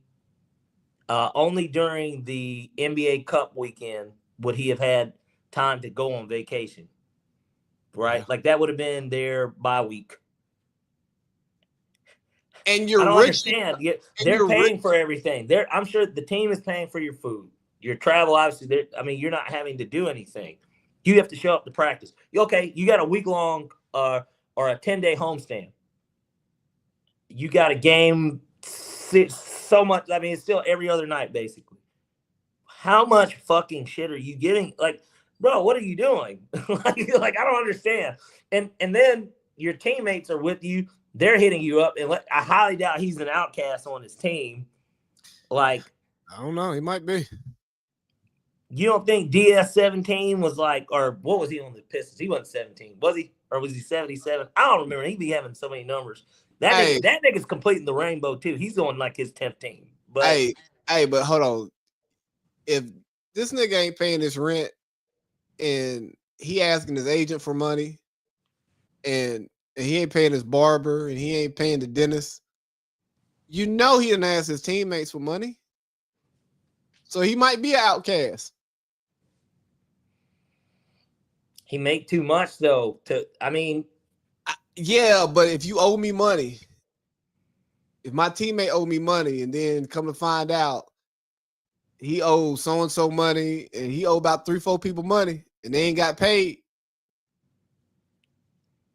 But I'd have to, if I'm the teammate that he's asking, I'd reassess myself too, because I'm like, I just Googled your contract.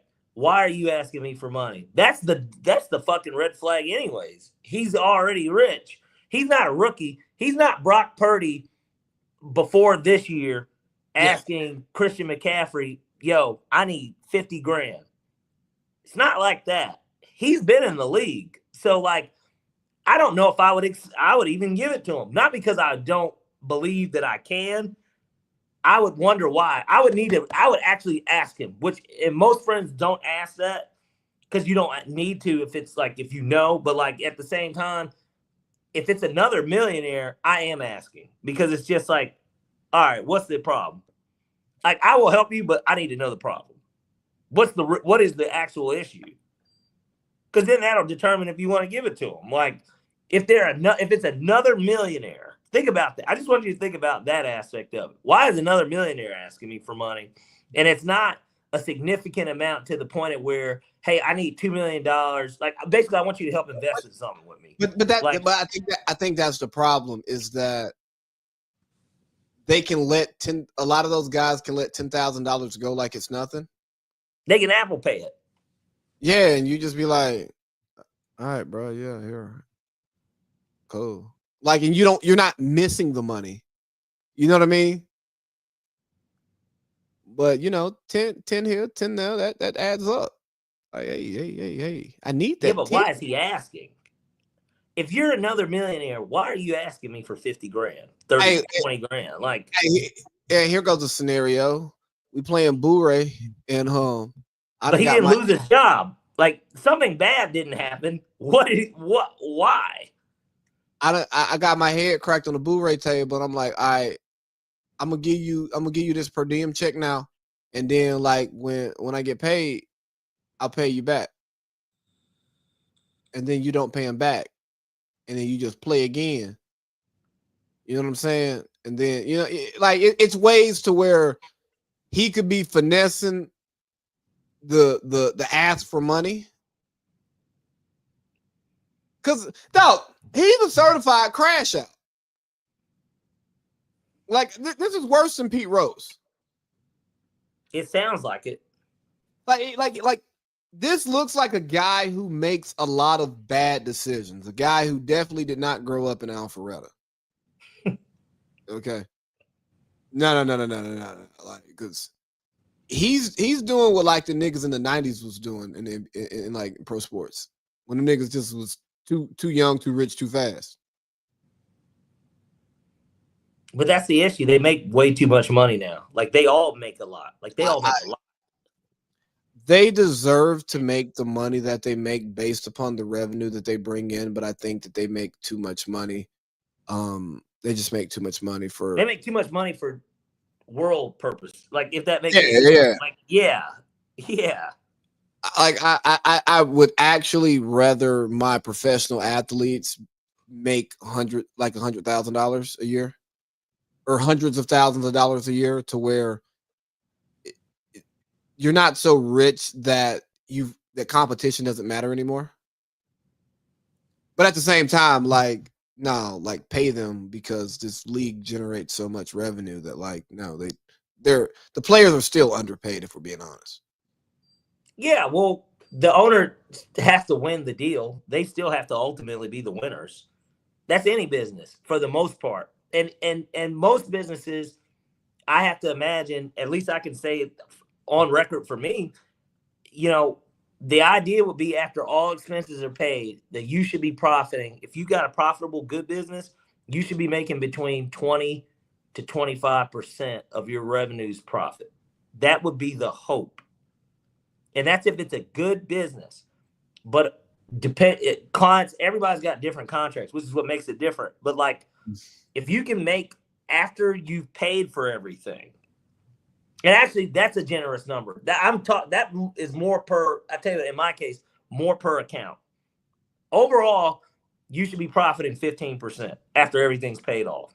When everything is, I'm talking every expense, you should be profiting 15%.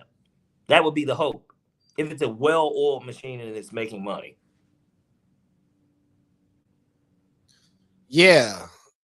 And, I think it's important for you to say that, because oftentimes we get into these conversations about how much labor deserves, and labor probably does get shorted in pretty much everything, because that's the way it works.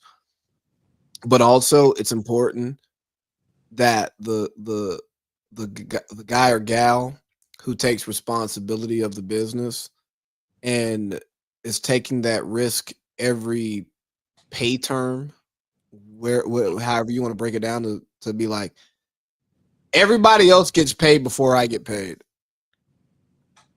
Even though I may mark out what I want to get paid and base everybody's salaries around it, but everybody has to get paid before I can get paid, because I have contracts with these people that entitles them to a certain dollar figure, and that risk in itself, I think it gets so lost, especially like on Black podcasts when they talk about pay them more. They deserve it. Well, they're not taking the risk to do it. They're not putting the money up. They're not taking the risk, and typically in a lot of these situations, you have to bid on it anyways. And if you're bidding on it, you have to go lower probably than what you really want. I mean, unless you're a super proven commodity or make a lot, or it's fixed to where the person that's doing the bidding process, you gotta bid enough to where obviously you will make money, but like at the same time, you can't overbid too for what you really want, because somebody's probably coming in lower than you, and if they're coming in lower than you, then you're not getting the contract at all. And if you don't get the contract at all, that's a missed opportunity. So you're gonna give up some ass too in the process, so that you can just make more money, build more of a reputation, have more of a clientele list that you can reference and use with other people. Like, you're going to want to do that. So if you do it in that situation, like specifically, again, it depends on who the client is, depending on whatever type of work you do. But like, there's somebody with us where we would bill them 30% markup. Okay. So if it's 30% versus I have another client and we do 40%, that's a big deal. You're making 25% less on your markup, and that's before expenses like workers' comp, payroll. If you have any additional like recruiting, like marketing, basically like any of those, but you're doing it just to make sure that you have the contract.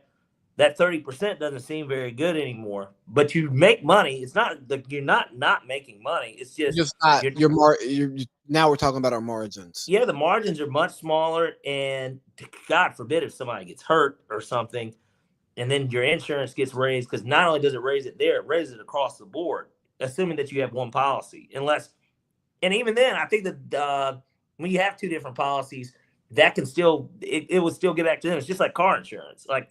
So yeah, you can get hit and it not be your fault, but your insurance still goes up. Yeah, or the worker could be lying and they could have, fucking tripped and fell while mowing their lawn, but they came in the next day and they were working, doing something, and it aggravated it more, but now they got hurt on the job, and that wasn't a you problem. It was that nigga walked in limping. And it happens all the time. Charleston White has talked about this himself and how he did it. It happens, especially with warehouse jobs. It happens. It happens. People do it because they think that you're getting fat off that cow, and you're not. You're making money, but you're not getting fat off of the fucking shit. Hey, two things. Yeah, I love that you brought up margins, because the margins is probably the most important conversation that gets left out of when we talk about distribution of money between ownership and labor. Ownership is protecting the margins, right? Like, yeah, and just even like in business, right? So-and-so company slashes or has huge layoffs, but the bonuses didn't change for the people who get the bonuses, because we got to keep this margin. The margin is more important than like the break even. We assume we're breaking even. But we need this margin. And if we don't get this margin, you niggas get cut. I would rather have a job where, or if I'm doing business with somebody where I bill them $20 an hour and I pay the worker $10 an hour, as opposed to I bill them $30 an hour and I pay the worker $25 an hour. Because the margin is 50% in that. So it's like, revenue doesn't even matter in that situation. Like, I'm making more money here because the margin is better. But And people will look at it and be like, oh, but this was what your revenue was. And it's like, revenue is good for if you want a bullshit loan. It's good for that. Like, and it sounds impressive when people hear, oh, they made this. It's like, no, they did not make that. They generated that. They didn't make it. They generated it. we don't know how much they spent to generate it. And what a lot of people don't understand is the best way to maximize profit is to cut costs, not increase revenue.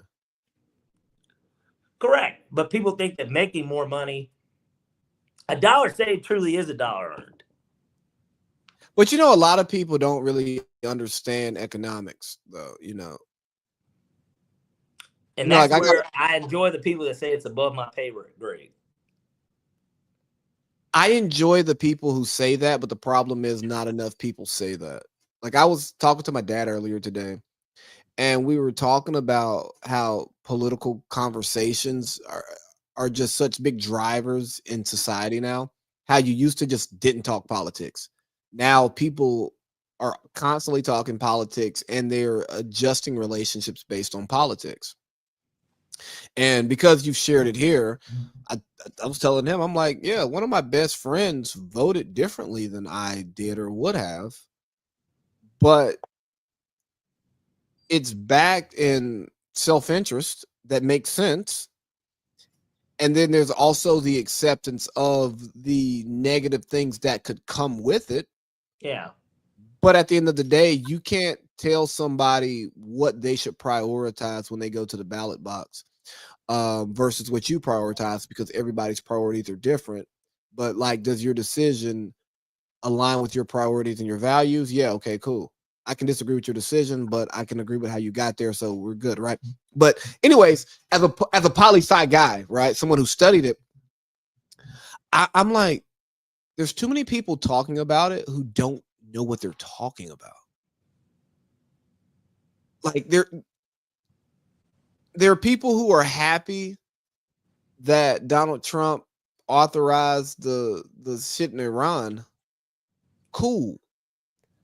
I don't necessarily have an issue with him saying, let's drop this bomb, but I have an issue with the president not going through Congress and then having a Supreme Court that allows him to do things that have been historically deemed unconstitutional. I have a problem with the expansion of presidential power. Right. Not the president himself or even the policies. But like a lot of people who talk about it, they don't even understand the nuances of the conversation, and you can't have a nuanced conversation with them. They are just strictly talking cause, effect, action, reaction.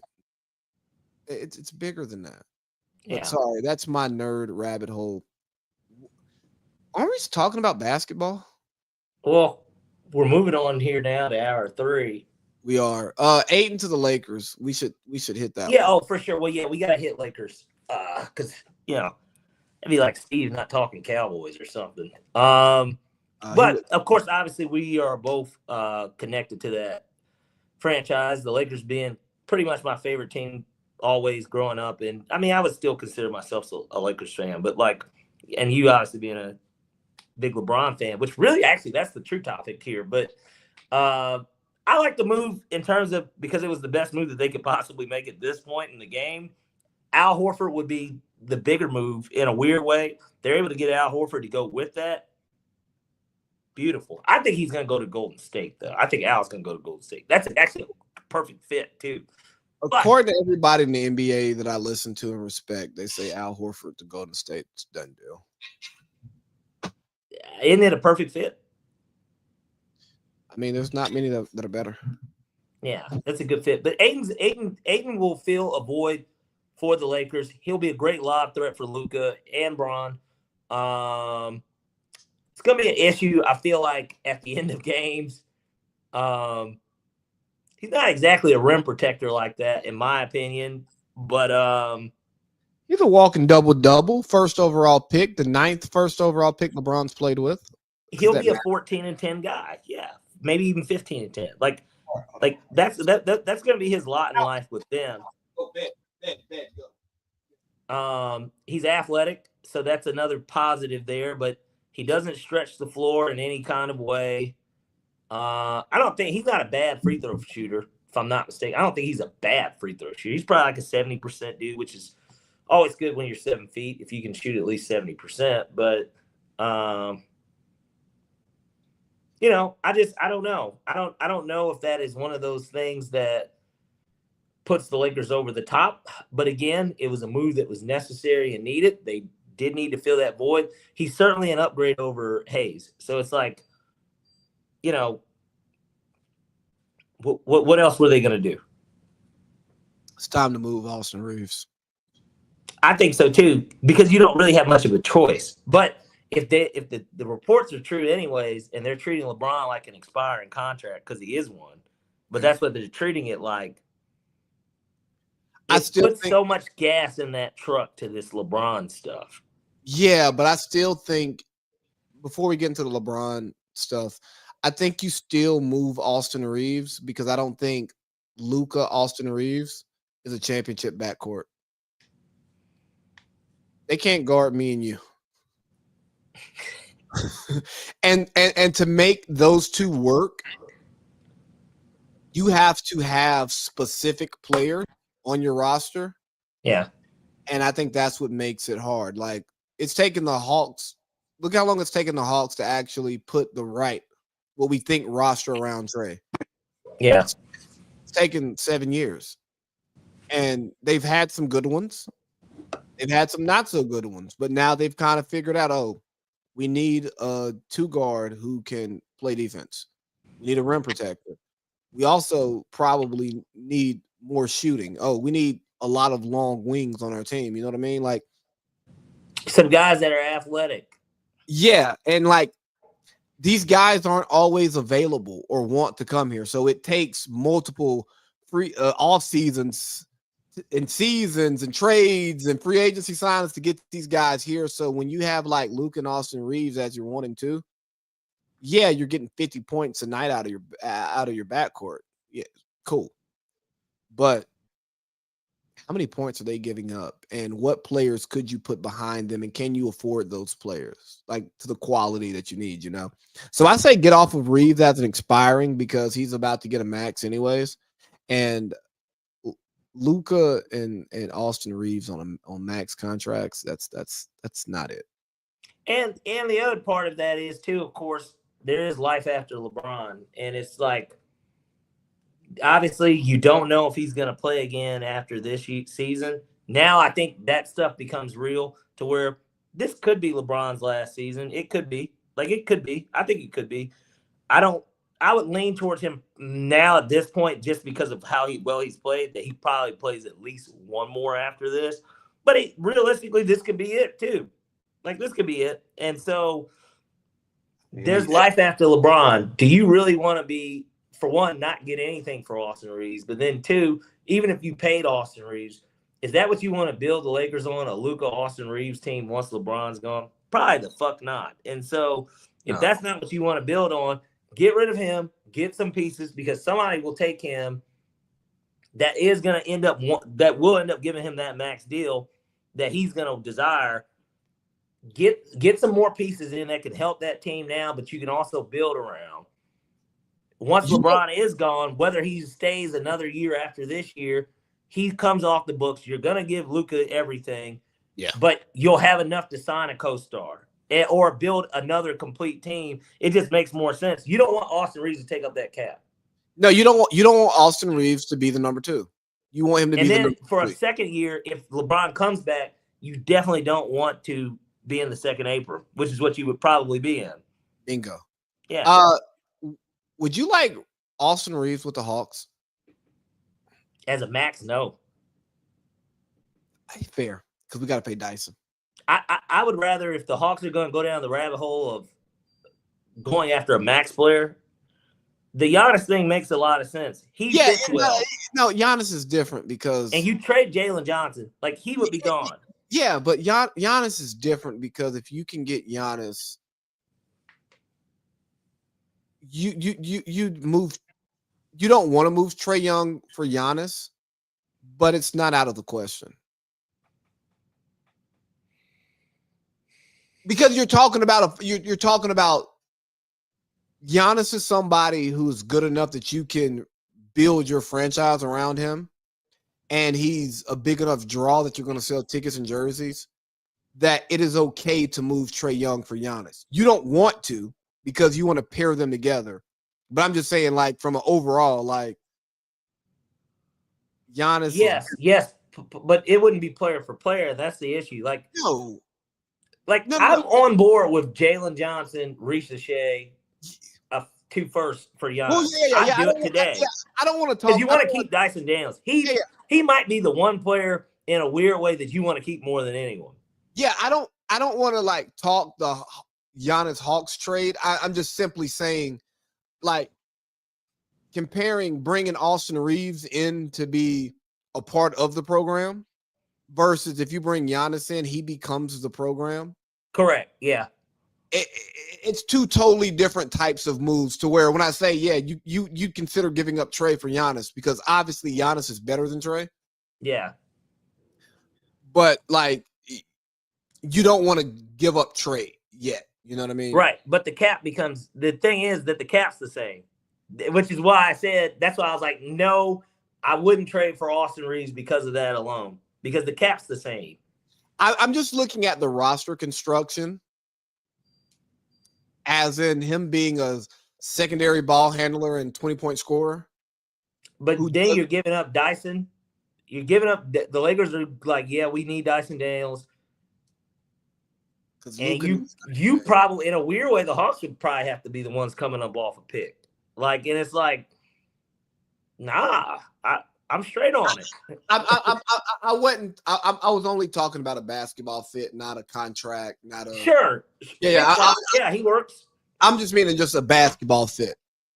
Like if he's a free agent next year, and the Hawks can shuffle the money right, would he be a good guy to fit? You want to know who he would go to? Who? Detroit. That wouldn't be bad. You'd have him as the secondary ball handler with Cade. You'd have a pretty big backcourt. That's why I want Brad Beal to go when he gets bought out. You know, we didn't dwell enough on Dame getting waived. And I didn't like in the nigga social media stuff. Oh, Dame showed loyalty by coming out and playing in the playoffs for them to waive him. He's getting paid all of his money. And he can go sign another contract. They did him a favor. He didn't want to be there. He still gets all the money. Like he just signed an extension last year? Yeah, he's going to get all the money and he can pick literally wherever he wants. Sign just like Russell Wilson did with the Steelers, except his was just for 1 year. He's going to get all of that money and it's always going to offset no matter where he goes. He could sign a 4-year, $4 million contract with the Warriors, and he will still be getting paid all of the money that Milwaukee owes him.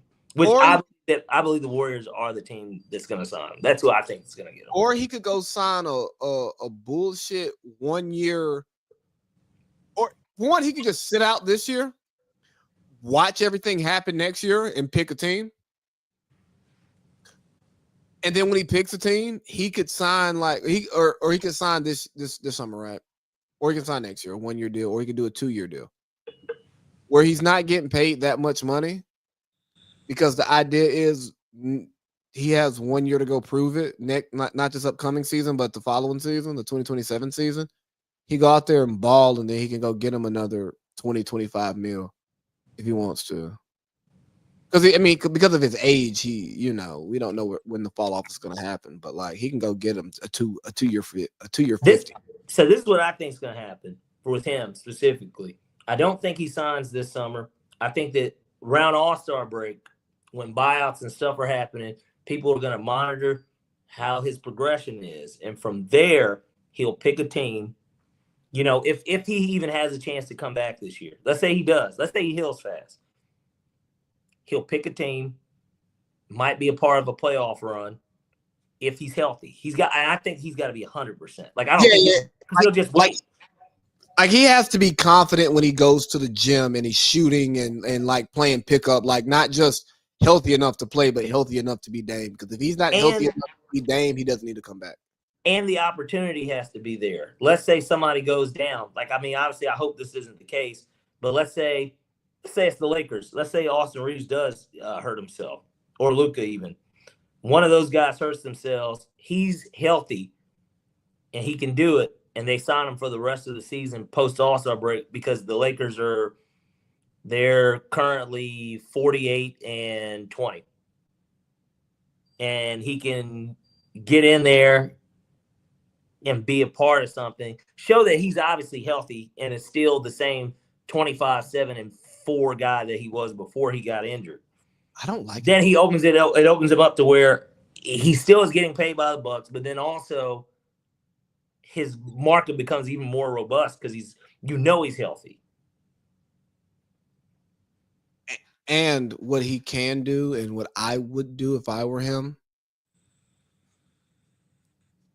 I consider if I want to win a ring, I'd consider taking a team-friendly deal. But I would That's not. what he's gonna do. I think that's what he does anyways. But like, because he's gonna get paid by Milwaukee. Once you know that I'm healthy, I'm not taking the minimum though. Because what I think a lot of people don't understand, and this can get into the LeBron conversation of him opting in.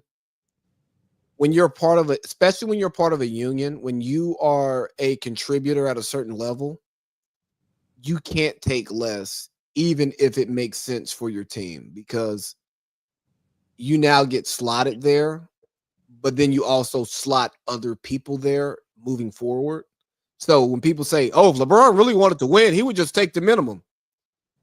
He's an all-NBA player. He can't take the minimum. You can't be second team all-NBA and take the minimum. I understand he's 40. And that he's already paid well. And he's a billionaire. Outside of basketball, he makes plenty. Yeah, but he does Kevin Durant, Steph Curry, Chris Paul, Russell Westbrook, James Harden. He does all of these guys who are stars, who are still playing at a higher level than expected at their age. It's a disservice. By taking that low contract, because then you can go to Kevin Durant after this re-up he just did. Hey, Kev, we want to keep you around, and we know that you are a max level player. But you see what LeBron did. And if LeBron did it,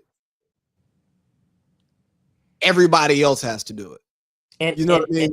And even, when people bring up Brady, because Brady's a similar type of player in a sense of he made plenty of money outside of football to where he did take less money, but he never took minimum money. Like Tom Brady never fucking took minimum money. And somebody could even, for argument's sake, they can bring up Aaron Rodgers this year. Aaron Rodgers, I didn't think Aaron Rodgers was as bad as everybody said he was. Aaron Rodgers knows that this is his swan song. Like this is it for him. There isn't going to be another contract after this. His career is going to be done after this year. So he can sign for $10 million with the Steelers because this is it. But Aaron Rodgers also isn't producing at the same level that LeBron is producing in that too. Yeah. You know what I mean? Like LeBron is top 10 in the league.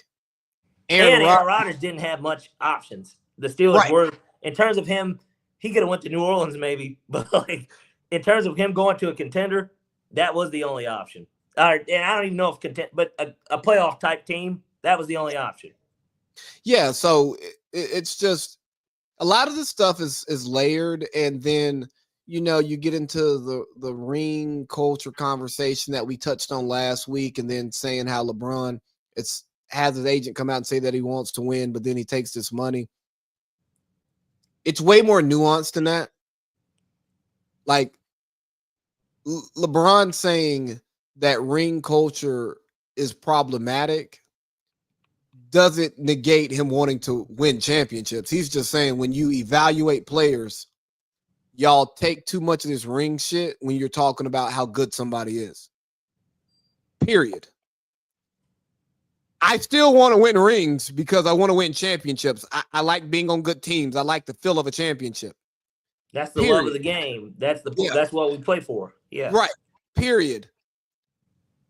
I'm worth more than $50 million a year to the Lakers. They're going to pay me my 53. Period. I want to win a championship still. You know what I mean? Like, these are all independent sentences that make up the paragraph of LeBron James playing for the Lakers next year. And they can all exist together. And you can understand how one can take away from another because you're not fully invested into just one track. And I think we miss that as sports fans, that you can't expect an athlete, a professional athlete who gets paid to play a sport, to do things that go against his earning potential. You know what I mean? Even if it's about winning. Well, they're not. It's not all mutually exclusive. Right. Like, yeah. Everybody knows that you get your, after your second contract is when you try to win in the NBA. That's just how it works. You want to get your stats up high enough, build your name up high enough to where you get paid at a certain level, and then you go try to win. Fans are like, hey, no, we try to win championships now. No, we don't. Yeah, that's why Kevin Durant is Kevin Durant. He's a perfect example of it. After his second contract, he went to the best possible case scenario, and they paid his ass. He didn't take a fucking discount to go to Golden State. Nope. They had the cap space to pay him because all them guys were still on their second contracts. And Steph, specifically, his second contract was bullshit at the time because he was always injured. So it was a perfect storm for him to be able to do it anyways. Because Steph's max wasn't what his max should have been. It wasn't a max period. He's on a 4-year 44.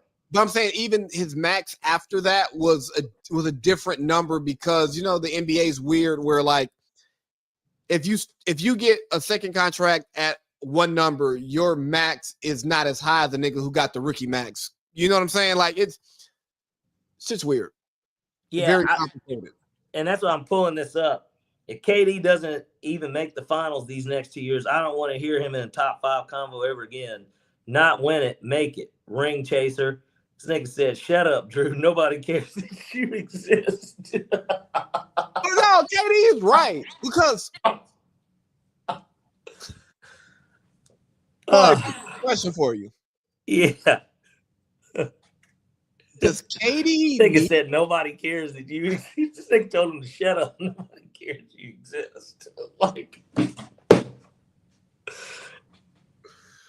but he wasn't lying. Like, he's not lying about it. So it's like for your eye test, I'm not saying like where you'd rank him amongst greatest players because I think the accolades and all of that stuff matters, right? For your best I've seen.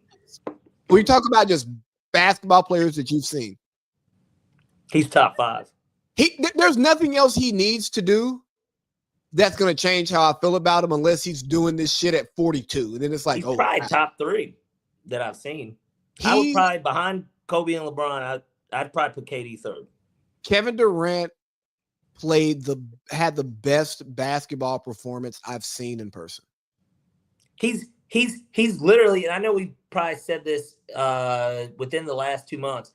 He literally is Aaron Rodgers. He's like the Aaron Rodgers of the NBA. Yeah, bro. Let me tell you something. I was at a Hawks, and I probably told the story to you 1,000 times and told it on this pod 1,000 times. But I was at a Hawks Thunder game, 2014, and the Thunder win by 10-ish, right? Mm-hmm. But the score went from like 4 to 16. 18 type shit throughout, right? When it got to like 4 or 6, anytime the Hawks would get on a run, KD would end it. And you could just watching the game, you watched him just end runs. You know what I mean? Not like he scored his 30, but it was a pointed 30. It's like the box score doesn't tell you how good this 30 was because Joe get to cooking. Jeff out here, you know what I'm saying? KD come down, 3. Midi, Russ starts to do his Russ shit and playing like you know 1,000 miles per hour, turn the ball over. Yeah. KD's like, hey, come here, right here, easy money sniper. And just the way that I watched him control that game and keep the lead where he was comfortable with it at, and you could tell that oh, they getting too close. They getting too confident. Let me kill the crowd real quick. And then let me do it again after I kill this shot and then they miss. And then I come down, I make another one. It's time for Woody to call a timeout. Right. Let me hit this 3 real quick. You know what I mean? Like, let me go on a KD 8-0 run. In a matter of minute 12. Yeah. And watching him strategically do it throughout the game, you go, oh, this nigga ain't just good. He's good and smart. Kind of like Trey, you know. He's tactical. Yeah, like you remember the playoff game we went to that we lost. Mm-hmm. Some of those threes that Trey missed, he understood the gravity of what that make was. Like, he's not just out there killing these niggas. He's thinking about killing these niggas and playing the crowd against them, like really orchestrating the game, which is why Trae Young is higher for me than some other guys because, no, I've watched him live. I've watched him conduct the entire arena in a playoff game and lose. Like, fuck winning. Like, I just watched. He controlled that entire game more than Embiid, more than Ben Simmons before he lost himself. You know what I'm saying? More than any of his other teammates. Like, it's crazy. But I've seen LeBron do that too, but it was Lakers LeBron. So he just wasn't as good as KD was at that point in his career. You know what I mean? And I hate to go back to LeBron when he was talking with Steve Nash, but he doesn't have the bag that KD has. And I mean, it's okay. It doesn't mean that he's still the all-time leading scorer. He's still on paper the best player of all time. Like, I don't think it takes away from him. But he doesn't. He doesn't have the skill set that Kevin Durant has, and that it is what it is. I've seen Kevin Durant too. Just to piggyback on what you're saying, really quick story. Obviously, he was amazing at Texas. Like it's kind of crazy. And then Malik Beasley the very next year was doing a lot of similar shit at Kansas State. Michael Beasley. Michael Beasley. Two crash outs. Well, good thing I didn't say Vic. But anyway, shout out to Vic Beasley, man.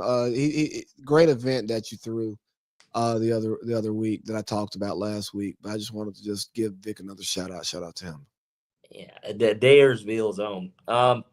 But KD, you know, I got to see all that, and I was privileged enough to actually see Kevin Durant play at Phillips Arena in a Seattle Supersonic jersey. The one game that they came, it was Kevin Durant's first. It was his first game winner. The first game winner he ever made was against the Hawks. Just put it on the table and tell us how big you are. It didn't me. I was a kid. I was 13 or 12 or 14, something in that range. But I was privileged enough. Thankfully, my mom, she enjoyed sports just like we. That's why we always had tickets. But we had Hawks tickets, and I got to see Kevin Durant play his rookie year, and he made a game winner in that game. It was his first career game winner. I'll never forget it. Because it was a buzzer beater. It wasn't just a game winner. It was a fucking buzzer beater. And remember, the Sonic weren't very good. No. But I guess at the time, the Hawks weren't either, for what it's worth. I mean, it was two bad basketball teams. But Joe Johnson was there. We had him. You know, he's giving you 24 a night. But Kevin Durant came down, and I just remember how special it was even to watch shit like that at that time. And, you know, he don't have no facial hair. He's skinnier. Like, but it's crazy to see that shit. And it's like, even today, he's like, you know, he's got trolls like this on Twitter. And people really forget who this nigga is because the nigga that's trolling him is like 20. And he didn't really watch Kevin Durant play. And it goes into LeBron's conversation about ring culture. Niggas will beat up Kevin Durant for Phoenix not working. 27 a game on 40, 50, 90. It's not his fault they're losing. Like I don't have to watch basketball to say that, oh, the guy who has high shooting percentages and scores 27 points a game and doesn't shoot a lot of shots, he's not the reason his team is losing.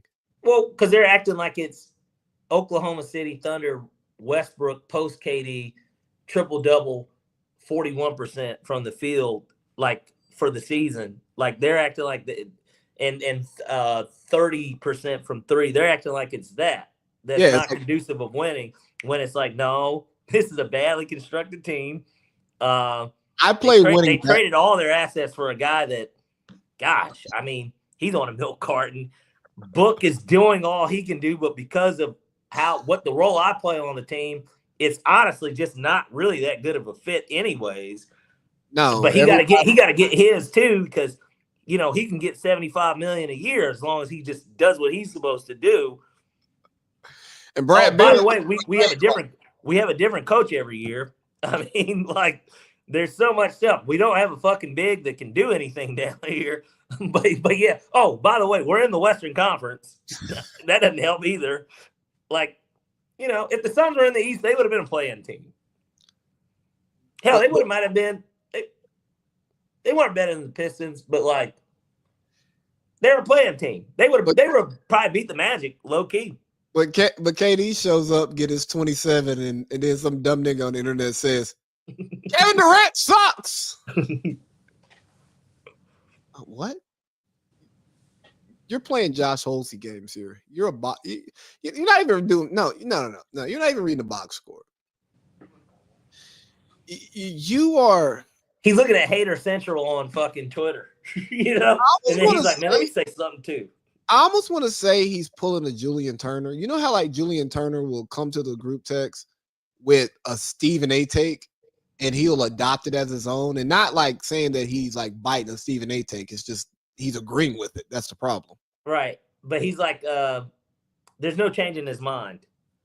Yeah, like and you're sold on this for whatever. Yeah, and you're sitting there, you're like, Julian, this is a bad take. Like, this is bad. Like, this is a ratings take, bruh. Hey, just because we're here on it, literally, this just popped up. So, report: the Rockets, Suns, Lakers, Hawks, Nets, Warriors, and Timberwolves are in trade talks to expand the KD trade to a 7-team deal.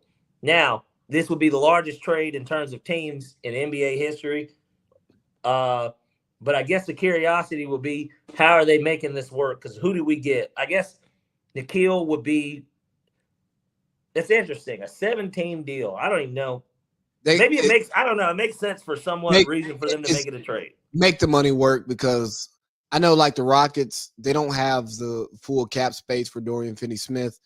Hey, shout out to Rob Pelinka for being a slimy bastard. Trying to tank his stock. It's like, yeah, he's got a knee issue. You guys can go ahead if you want, but we're not. He's got a knee issue. Yeah. Hey, Dorian, here's our offer. Take it or leave it. Hey, do not sign Dorian. His knee's fucked up, man. Like, we ain't really rocking with him, man. You know what I'm saying? He couldn't have thought that was gonna work, could he? At this point, nobody wants to do business with the Lakers. You make Rob Pelinka at this point out to be me in the fantasy league. Somebody that nobody wants to do business with. Well, call me Nico Harrison, because I do good business with you all the time. Yeah, you do, but I'm just saying. I talk bad about you as a fantasy owner, and I regularly trade with you. And I don't trade. I really only trade with you. I don't trade anymore. I'm a fair guy. I think I'm fair. I don't beat people over the, like JP will beat somebody over the head. You know why you get a bad rap for trades? Because I win. No, it's not that. It's because the initial offer you send over is always such bullshit. I don't send bullshit initial offers. I can sweeten the pot, but like, no. I don't do what Julian does. Jew will send you a deal where if you've got, I don't know. Jew will send you a deal without a text. But I'm just saying, you could have Derrick Henry and he wants him, and then he'll like try and trade you Tyler Algier and Kyle Pitts. It's just like, no. Like, but I don't send those type of deals. I was trying to get Jahmyr Gibbs from him last year. And he was like, I want Bijan. And I'm like, no. That defeats the whole purpose of me trading for Gibbs. Because, my roster at one point was receiver heavy, and I didn't have running backs. My running back room is off limits because I'm trying to build my running back room. I need to add somebody to it. I need at least two. I got to have at least two. Pick a receiver that you want, or pick a quarterback, because I got 3 on the roster right now. that are starters that are putting up good numbers. Pick So one you of tried to them. do that trade early in the year. Yeah, Because we made our deal after week 3 Monday night, after that game. Yeah. Well, you remember I was 0-3. So when I went 0-2, I'm working because I'm a stalwart in our league. And me not being good is problematic. Like, yeah, what you're saying is bad for the league. Yeah, it is. It is. Like, granted, can't have guys like gambles winning games. Bro, I lost to Gamble. Bro, I lost to Gamble to Matt Flowers. Like, when you Matt can't be 2-1 and then you're 0-3. That's exactly. a bad look. Yeah. We've got to shake this roster up. Now, granted, and it worked out. It worked out. And granted, I don't care what anybody says. You know this. I was not on the stream for the draft because I was at dinner. My mom made dinner plans that night and did not tell me about them until it was a little bit too late. Well, and I wasn't locked in. I wasn't locked in. I was not locked in on the draft. Well, look, we all know that the draft is Sunday. I don't know. And actually, you don't know what the issue was. It wasn't just that. Josh is the one that pushed it back. It got pushed back Josh, by like 3 hours. Yeah, and if he had to work, like, there's nothing we can like. I understand that he had to work. It was a legitimate, acceptable reason to push the draft back, and I could not come out and say, "Hey, I have dinner plans with a family friend." No, Josh, you're at work. Fuck you. Like, that's not a legitimate pushback. Yeah, and we didn't want to do it too late. Or certainly push it even another day to we do it on Labor Day. Nobody wants to do that. And so, and it's hard. And like for our draft, it's hard because we stream the draft and the majority of the league shows up for it. And we have lives, wives, kids, jobs. It's difficult to get everybody on a stream together. Yeah. Which is why we love the wedding so much, because it did the difficult job of getting us together. And shout out to those beautiful unions. Diddy 3? Oh, you got a song you should be playing right now. Oh yeah. To bring us into Culture Hour here, where we're gonna get into Diddy, obviously, and then also Love Island, which I know that this should really surprise a lot of people. We got to definitely chop up the Love Island clip. Oh yeah, because the fact that 2 dudes are talking. I'm playing the original video, not the Soulja Boy version. That's fine. I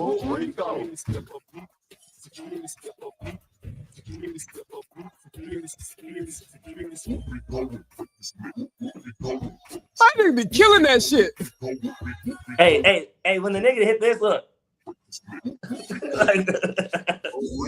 Whoop Rico. And look. And that is exactly what Diddy did. He whooped Rico. He beats the Rico case. He beats both sex trafficking cases. They ding him on the prostitution cases. Cases. They ding him on the prostitution charges. But hey, let's be real. Nobody changes their thoughts and views of a billionaire who gets busted for prostitution, especially one that's not married. He's not even cheating in his life. And I think that anyone that paid attention to the trial, I don't condone his behavior by any means, but anyone that paid attention to the trial, he wasn't on trial for whooping Cassie's ass. That's not what the trial was about. It's terrible that he did it. Scum. But Cassie was complicit with everything else too. Not him whooping her ass. And yeah, you could say, well, he's using that to coerce her to do it. But she was, based on testimonies, it sounds like Cassie enjoyed this stuff too. That's why she fucked him, while she was in a relationship, and went back over on her own merit and admitted it. I do. She loves Sean. I do think that there is some stuff that happens to people who are in abusive relationships that Cassie it showed, right? Even her like going back to him, I do think some of that could be remnants of his abuse. We can't prove that. I think Diddy is a nasty nigga who's done some terrible things. Yeah, he's a freak. And I don't condone it, but like He got charged with the wrong crimes almost. You know what I mean? Because it's similar but different to Tory Lanez. People talk about the Tory Lanez thing about Tory shooting Meg. He's not in prison for shooting Megan Thee Stallion. He's in prison for shooting a gun. Was he guilty of that? Sure, maybe. I don't know. I mean, he was guilty, yes. Did he actually shoot the gun traditionally at her? We don't know. But nonetheless, he was found guilty of discharging a firearm.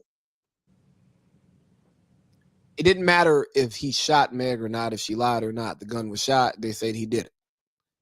With Diddy, just like Plexico Burris. Right. With Diddy, we want him to go down because of what he did to Cassie and this nasty stuff that he did.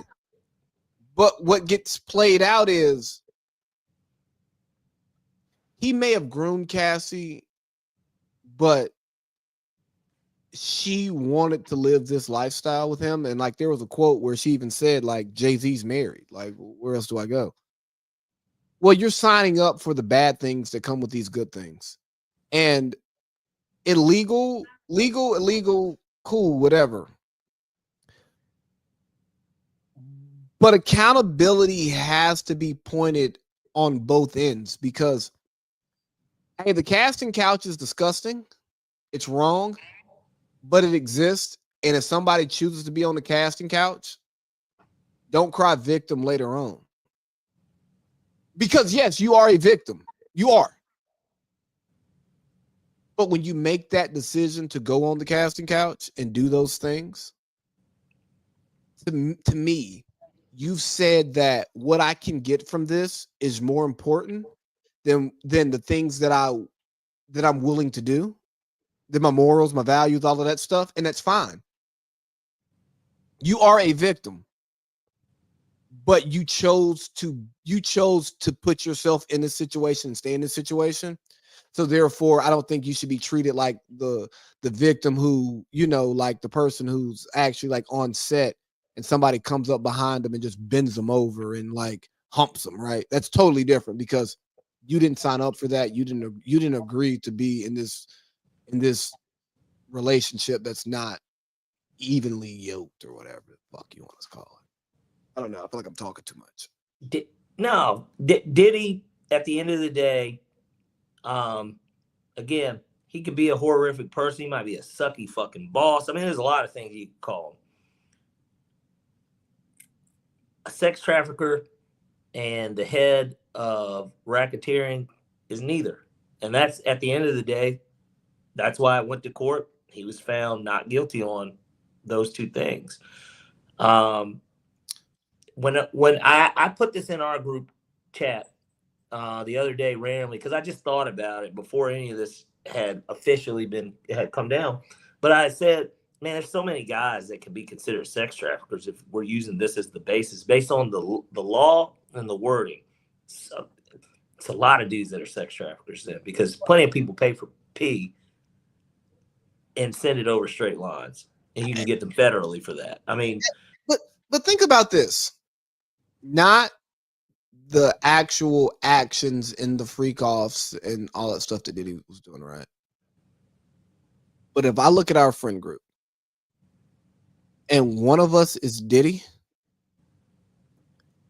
a lot of that stuff he did, we probably do. Now, we'd go about it differently. It would definitely be more party friendly and like, bro, I'm not putting my hands on it. Well, it wouldn't be any of the freak stuff. Yeah, you're saying the motion. Yeah, but like having like flying people in. Yeah, that's what I'm saying. Motion. Party favors being there, which if you throw the party and you provide the party favors, that's technically distribution, right? Could be. Yeah, depending on how you want to read it. But you're not you ain't no drug dealer. You're just somebody setting the vibes for a party. Yeah, just like if I buy a ton of liquor and booze, I'm not a liquor. It's not a liquor store. No, I'm not selling. I'm not bootlegging. Like no, and if you fly, like, we don't do this now because we just don't have the stupid dumb money. But if we're billionaires, what is it to be like, hey, I want y'all to come through, and I'm gonna pay y'all to come through because you're not going to work. So I'm replacing the money. I'm making it worth your while. You want to be here. I'm giving you no excuse. Exactly. Could I see that happening amongst my friend group? Yeah. So, and not even just my friend group, myself. Like, I ain't no trick, but I spend money. Like, no, like if I'm hanging out with a girl, like I'm gonna make it worth your time. So, like, yeah, like, yeah, and that was just the biggest thing I thought that came if out you of come this pick all. me up, I'll fill up your gas tank. You know what I mean?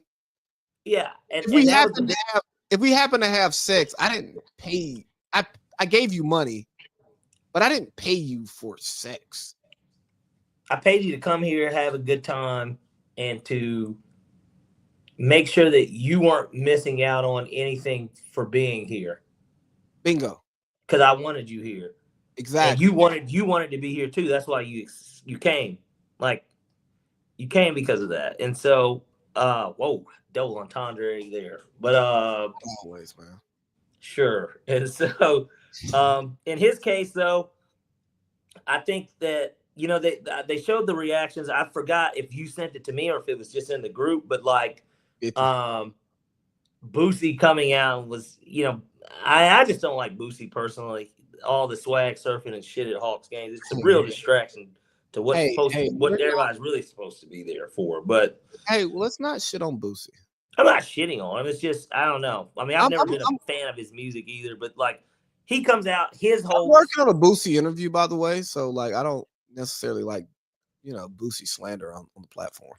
Well, this can be cut out of. I mean, it sucks that this would be considered the last episode, but we're not. Maybe he won't listen to this portion, or I don't, or whoever. I don't think it'll get to him. But no, but you know, he comes out. I gotta tell you about that. Like when we talk on the phone about life. Remind me to tell you about that one day. Will do. But when it comes down to him, like even for just something what he said, the base of what he said, he's getting tired of seeing basically these black moguls, which I thought it was just like the way he said it. He could have worded it better, and that's okay. Most people can word a lot of things better, but like I got the point. The point is that, hey, if this was somebody white, all this wouldn't be happening. I mean, that was the point of it, though. He called Diageo racist, and they said, "Here's what we're going to do: we're going to expose you." Similar to Deshaun Watson, right? Kind of humiliating. Yeah, we're just going to humiliate and expose you because bro. The Houston Texans knew what Deshaun Watson was doing. They just didn't care while he wanted to play there, and then after Cal McNair said the inmates running the asylum or whatever, he was like, "Yeah, no, I'm tired of this shit. Get me out of here." Okay, you want out? We got you. That, and then they needed to preserve his value too. I mean, that being a big part. They're like, "Nah, we got to get something for this," and so because he's too talented, like, still talented. But yeah, I'm indifferent. I'm indifferent about the idea. I think that again, due process. The law is not always right, but at the end of the day, it's what we use as our judgment system. And at the end of the day, he got what he's gonna get, and we'll get to see in October how many years that will be, if any, at that. Because a lot of people seem to believe that it's only going to be tops 18 to 24 months, and he's going to get time served, which will be about a year by the time that's there. But he could just get time served and probation, and that be it. But this is Fed time, remember, too. So bro, he's not going to get the max, so they're not going to give him 20 years. Like, what are we talking about? If you got me for prostitution. Like, I don't even think prostitution should be, for one, I don't think it should be illegal, by the way. Like, I don't care how you feel about it morally. That's between you and your morals, and you can stand on that. But like legally, I don't think prostitution should be illegal. That's controlling women's bodies. If a guy wants to pay her to screw her, or controlling people's bodies in general, if somebody wants to pay for sex, They should be able to pay for sex. Yeah, whether it's a whore or a gigolo. I mean, they're one and the same, but you know, the male term is gigolo. So Yeah, and because I think there is a level like you still got to pick each other, right? Like I don't think a sex worker should have to have sex with whoever's willing to pay. I think they should just be allowed to have sex with the people who are willing, who they want to have sex with, who are willing to pay them. right. If you go to a strip club, a stripper might think, no, I don't want to dance with you. It doesn't matter if I'm spending money. If she Yeah. doesn't want to dance with me, she shouldn't come. She shouldn't dance with me, and I don't feel like she has to. And that's why the club manager or security will walk over and be like, she says she don't want to dance with you. And then they'll strong arm you and get your ass out of there. Never But been they're my- not pimps. So, you know, Hey, have you ever got caught touching strippers by security at a strip club that's like actually strict about touching the strippers? I've never been approached like that, no. But I know that there are strip clubs where you can't. Most that I've gone to, always you can. So, Or at Pacers, least if you can, even if you can't, they don't be caring like one way or another. and Pacers, like security cares more than the girls care. And one time, security was like, "Hey." I was like, "Oh shit, my bad." Hands off the merchandise, huh? Yeah, you know, looking back on it, I probably should have took one of those strippers or two to the champagne room. I just could not in my brain sign up for spending that much money at that. Like it just, hey, here's $350 off top. You know what I'm saying? Yeah. I might throw $350. Plus, No. then you had the tip in there. Right. Yeah. Like let's just go get this $10 lap dance, man. Yeah. It's just- Yeah. A little Yo, bit of exclusivity, though. You know, when we went to Cheetah, that's how that worked. Cheetah's like that. So I you don't can't touch a cheetah. Yeah, I don't like You can't. Cheetah. I guess I didn't realize that. I had been to. I mean, that wasn't my first time at Cheetah, but it was like, I don't know. I just didn't remember it being that way. But maybe they had changed their rules. But of course, we ended up being in a private room, and you know, it was completely fine. But You know, another problem that I have is like once I get to know the strippers, I start to respect them as like women. And I don't say that's a problem. I just, you know, you start to respect them as women and not treat them like possible whores if that's who they are. You listen to them yeah. talk. Well, isn't that the point? That's actually really what makes those encounters and trips to these places worth it, in my opinion. I don't want to go in there and just throw money and then walk out and say, yeah, man, there's a bunch of ass and titties around, and I blew $2,000, $3,000, $4,000, $5,000, $6,000. But you know why I stopped going to the strip club? Why is that? Well, for when I was in Monterey, they didn't have one. But then, like, when Cindy and I got together, I knew that, like, for me, the strip club, I'm just not going in there to throw money and look at ass and titties. Like, I want to get cool with a couple strippers in here. I want them to be happy to see me and come. You know, I'm giving my strippers my money. You know, it's counterproductive. So I'm like, yeah, like if we go, like if me and the fellas go to a strip club at a bachelor party, yeah, sure. Or it's like do strip club night, but as a guy who used to, the strip club was etched into the schedule every weekend. Yeah, nah. Oh, you were going like that? In San Diego, bro, there was a point that I was going to the strip club probably 3 days a week. Damn. Yeah. So I always went on Thursday. That was just like my day because that's the day that like all the weekend girls work, but the weekend crowd's not there. And like the weekend crowd, it'd be too much, bro. It's too many people in there. Yeah, it's never that fun going to any strip club on the weekend. Like, right. And like me as a regular who's cool with certain girls, I'm now not able to like kick it with them because it's packed in here and they gotta make their money. And I'm fine with going to a strip club like on like it can be a weekend, but like it's gotta be late Like it's kind of really my after move. So on the weekend, so Thursday would be like a strip club night, right? I'm Like getting that's in, their Magic Mondays. like that. So Monday was the night, Magic Mondays. They had industry night on Monday. I didn't go to industry night on Monday because it's too much going on in there. Tuesday or Wednesday, I might fall off in there.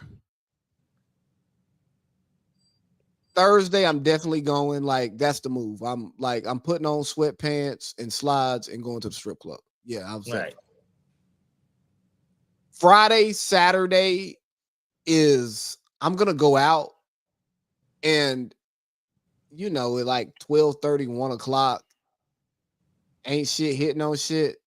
You know what? Let me just go into the strip club for the last 45 minutes. Right. I might as well look at some ass and tits for my last drink. Yeah. And then Sunday was like my wild card day where I never planned to go to the strip club on Sunday. But if I got like drunk in PB, which I did a lot on Sundays, I'm like, you know what? We can go to the strip club tonight because it's gonna be some good talent in there, and it's not gonna be packed. Right. Me, like I was cool security. I didn't get checked no more. I just come in. I ain't show no idea. I'm dapping my mans up. What's good with you? Good to see you, big dog. And I'm in there, yeah, in sweatpants and slides a lot.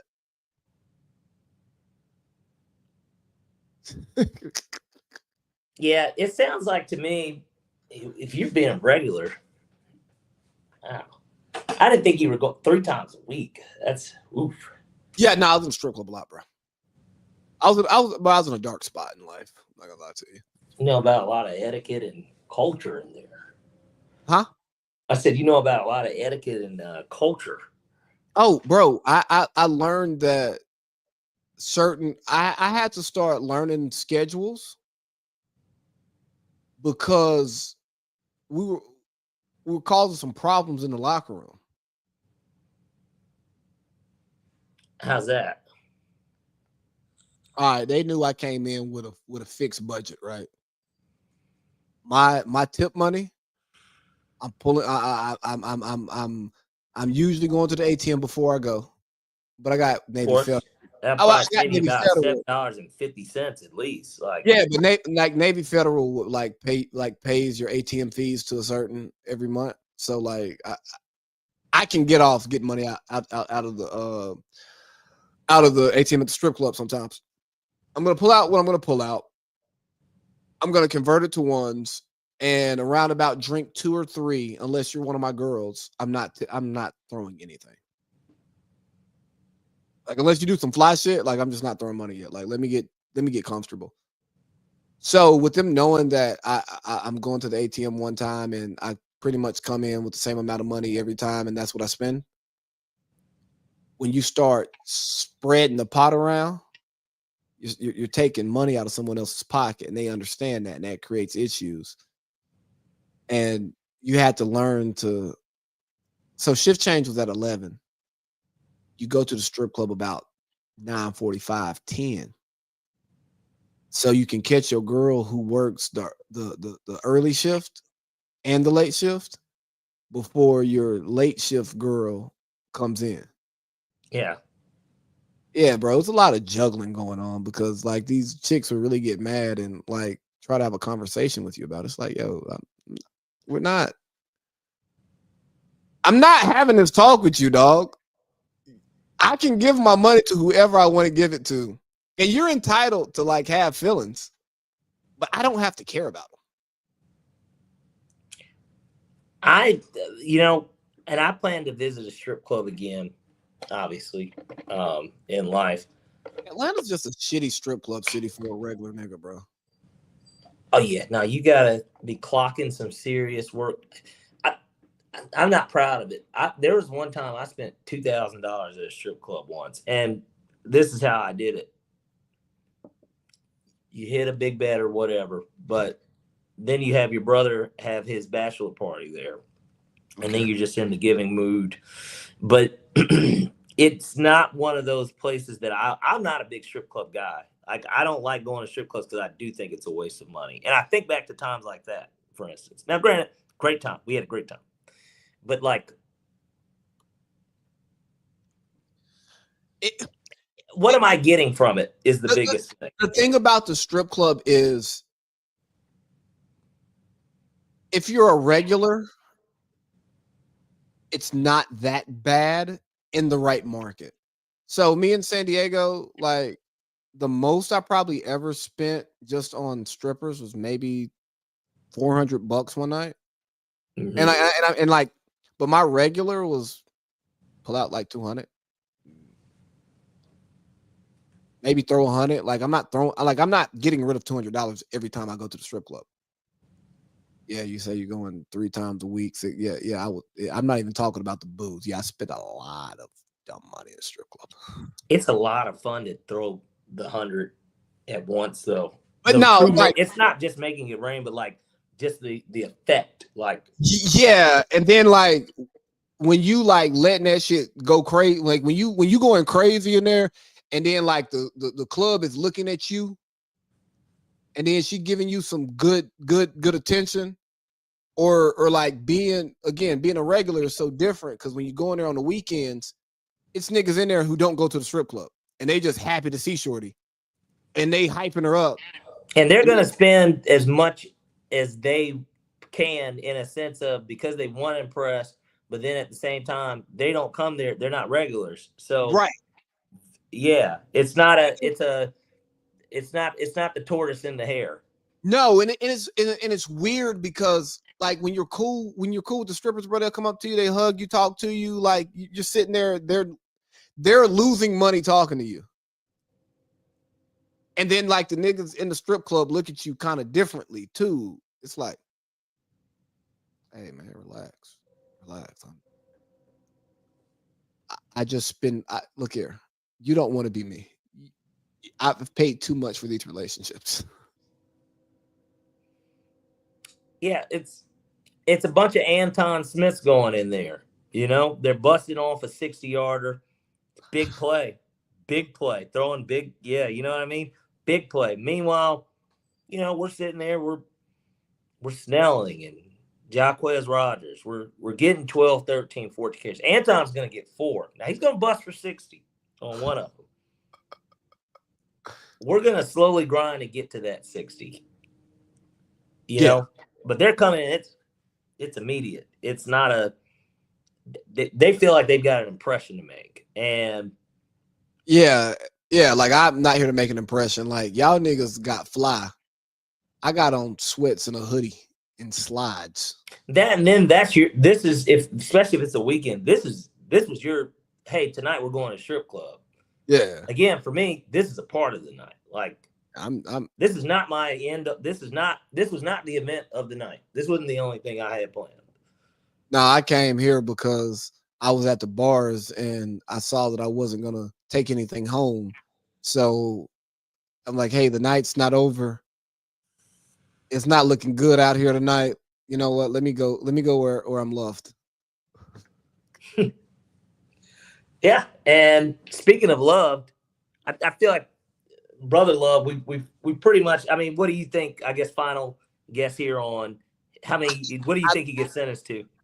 They're going to try to expedite sentencing. I think they're going to play a little hardball with that and not make it as quickly as they should, and then he goes home. Like he's going to get sentenced to whatever, but he's going to get time served. Yeah, and for all sure. y'all niggas got a face Diddy. He gets that. Yeah. Y'all got a face Diddy. Yeah, y'all talking shit. Yeah, he bite. What y'all gonna say now? Well, he's Brother Love, but speaking of love, we got an island to talk about, don't we? Yeah, we do got to talk about Love Island. Wow. What a show. I see where the allure comes from for it. Yeah. So I think it's just crazy because I had never heard of it. And obviously they had multiple seasons and there's a UK version that was the original. Season 7.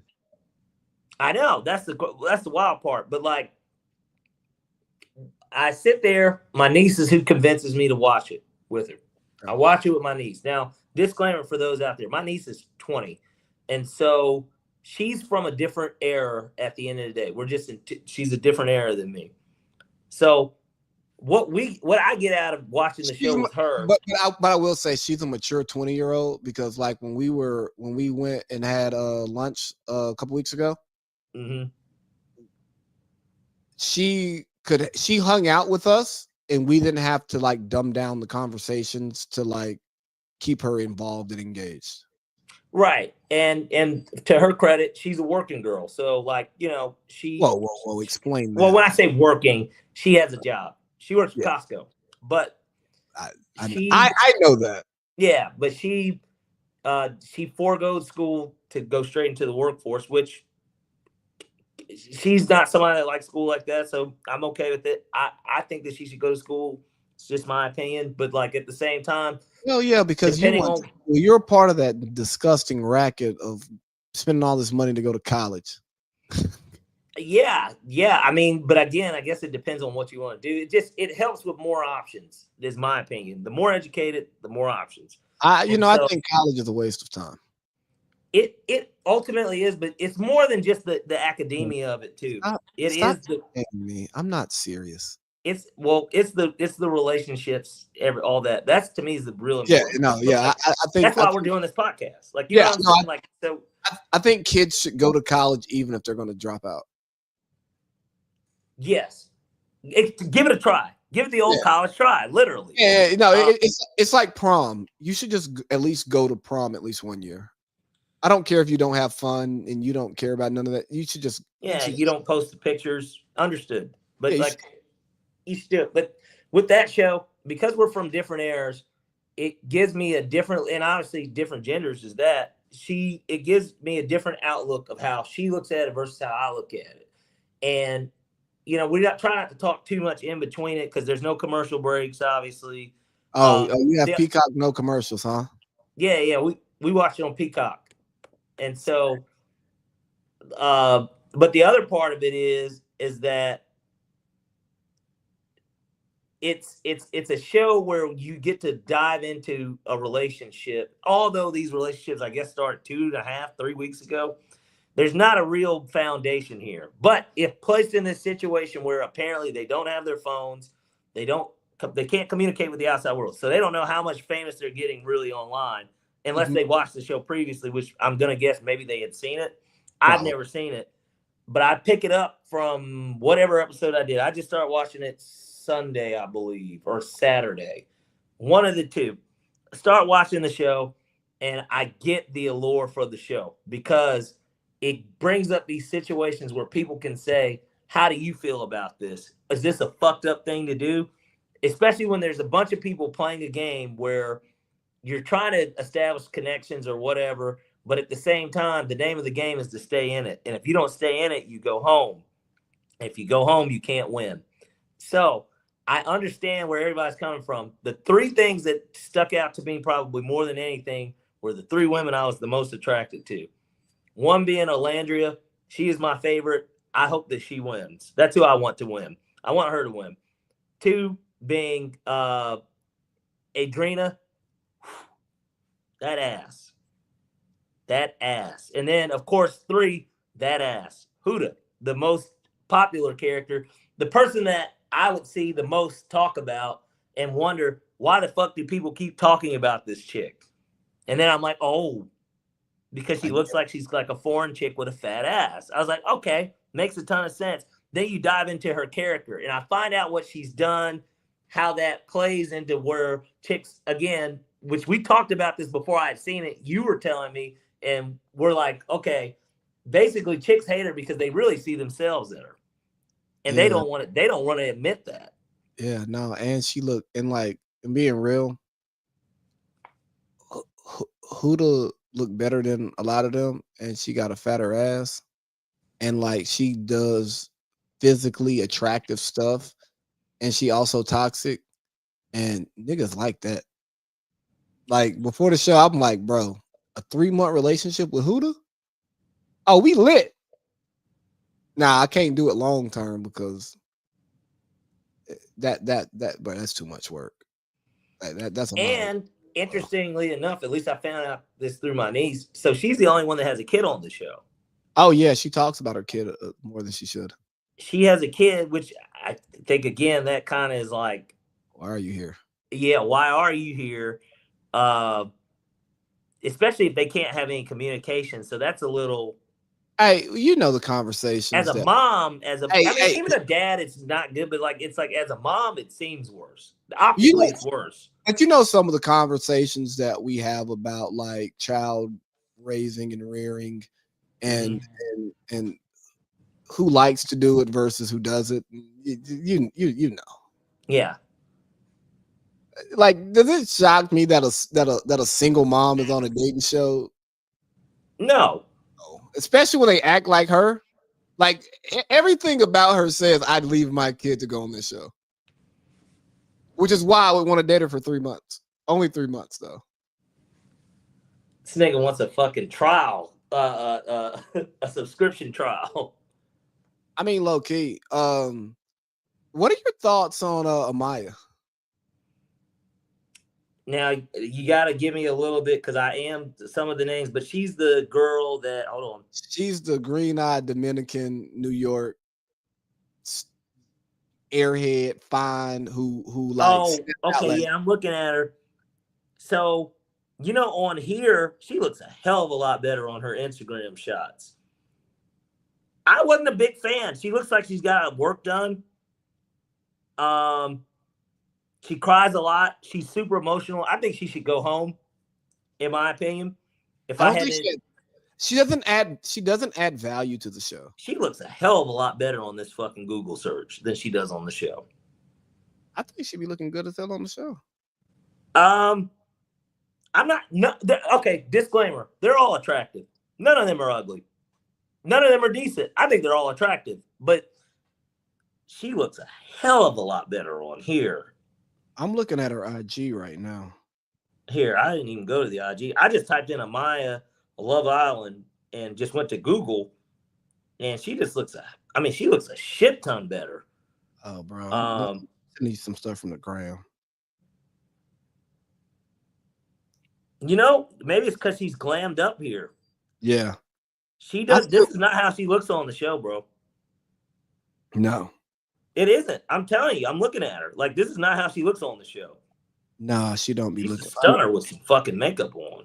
I mean, I think she's beautiful. No, she looks good, but she looks better. Hey, but I will say, like, she's easily the easiest girl that you could like lock down a relationship with and treat like shit.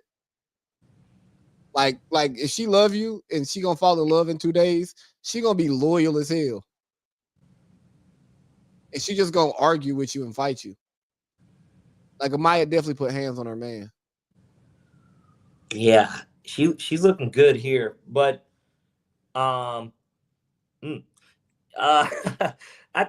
that she's super emotional though. I mean, it showed last night with the crying and stuff because it was true that she got called out. It's like, you are always crying. She does seem like she's just like on too much on, and she's like, yeah, well, I wear my heart on my sleeve and all this other shit, and it's just like, yeah, but in a game like this, bro, you've met her personality before. Criers, yeah, for sure. You probably fucked or dated her personality, for being honest. Fuck for sure. Oh, for sure. There. I mean, people deal with like, for sure. I don't think I've dated not somebody that is that emotional. I mean, I think that Mariana's mom is an emotional person, but not like to that extent. Like, that's fair. She's like crying. I don't know if I can get around that. Like, it's too much. It's just too much. Sierra and Nick are like the mob bosses of the house. They like have their little nasty fingers in and on everything. Like they try to paint Ace as like the leader, and he be talking, and I like how he called Shelly on her bullshit, and the way she responded. Shelly's done. Shelly, you're out of here. You're off the show. I'm just being honest with you. Shelly's cooked. God, you know what's even crazier, Lee? What's up? Are you still looking at Amaya, you freak? No, I'm looking at Sierra now. She lost so much I think Sierra looks better on the show than she does on her Instagram. Scroll down. You got to scroll past all the Love Island stuff and just go to her photos prior to getting on the show. Can you send me her IG? Yeah, here, hold on. So she's clearly the front runner to win. Like it appears to me that she's well positioned right now. Certainly, the betting odds have her as the favorite, so you can bet on this too. But that's correct. You can bet on it. I was just curious. Like when I was sitting there last night, I had told Taylor, I was like, because I just typed in, I was like, Love Island odds, just to see does somebody have fictional odds or whatever. No, you can actually bet on it on, I think, Bet365 or something. That's crazy. But you got to go further down. Go. I'm in December. I'm in December right now. I'm at a photo here. I'm gonna send you the photo I'm looking at. Okay. And even the likes kind of expose it a little, especially for somebody. And I know that they gained way more followers since being there. Yeah. But if you just look at it, 41 comments. It's the 41 comments, not even the 1,200 likes. It's the 41 comments. But just look at that photo specifically. She could still get fucked. We're not okay. All right. Disclaimer: we would fuck all the chicks on there. Speak for yourself, buddy. Okay. Well, I'd have sex with all of them. I would screw them all. But the thing is, I don't know. She looks better on the show than she does on her Instagram, in my opinion. Yeah, I'm more attracted to what I see on the show. The other chick looks so much better on her Instagram. I'm Sierra's attractive enough that I would date her, but I wouldn't necessarily. She wouldn't be the chick that I saw out one night and be like, I gotta get her. If we started talking, it's cool. Then yeah, that's Alandria. I love her. That is my favorite. I love her. We would make some beautiful chocolate kids, Well, and that's what I was thinking. I was like, man. And then when I looked it up, I'm like, okay, she's a Southern Belle. She's from Alabama. I was like, she went to Tuskegee. I was like, okay. She went to Tuskegee, brother. Oh, I can bag her. This is what I'm saying. So now I'm looking at it from if I was younger, this is the type of HBCU chick that I would run into. So if I met you before this show and we just started talking and you get off your Instagram follower number and we just have conversation, I can bag you. Man, let me tell you, she's my favorite by far. She lives in Houston. It's something about her. I like her a lot. And so she's my favorite. She is my favorite. That's who I want to win.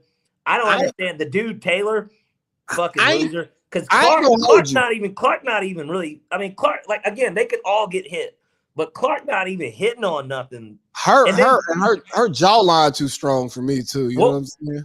And then the dude Taylor, he's basically there wasn't a physical attraction. I was like, nigga, are you serious?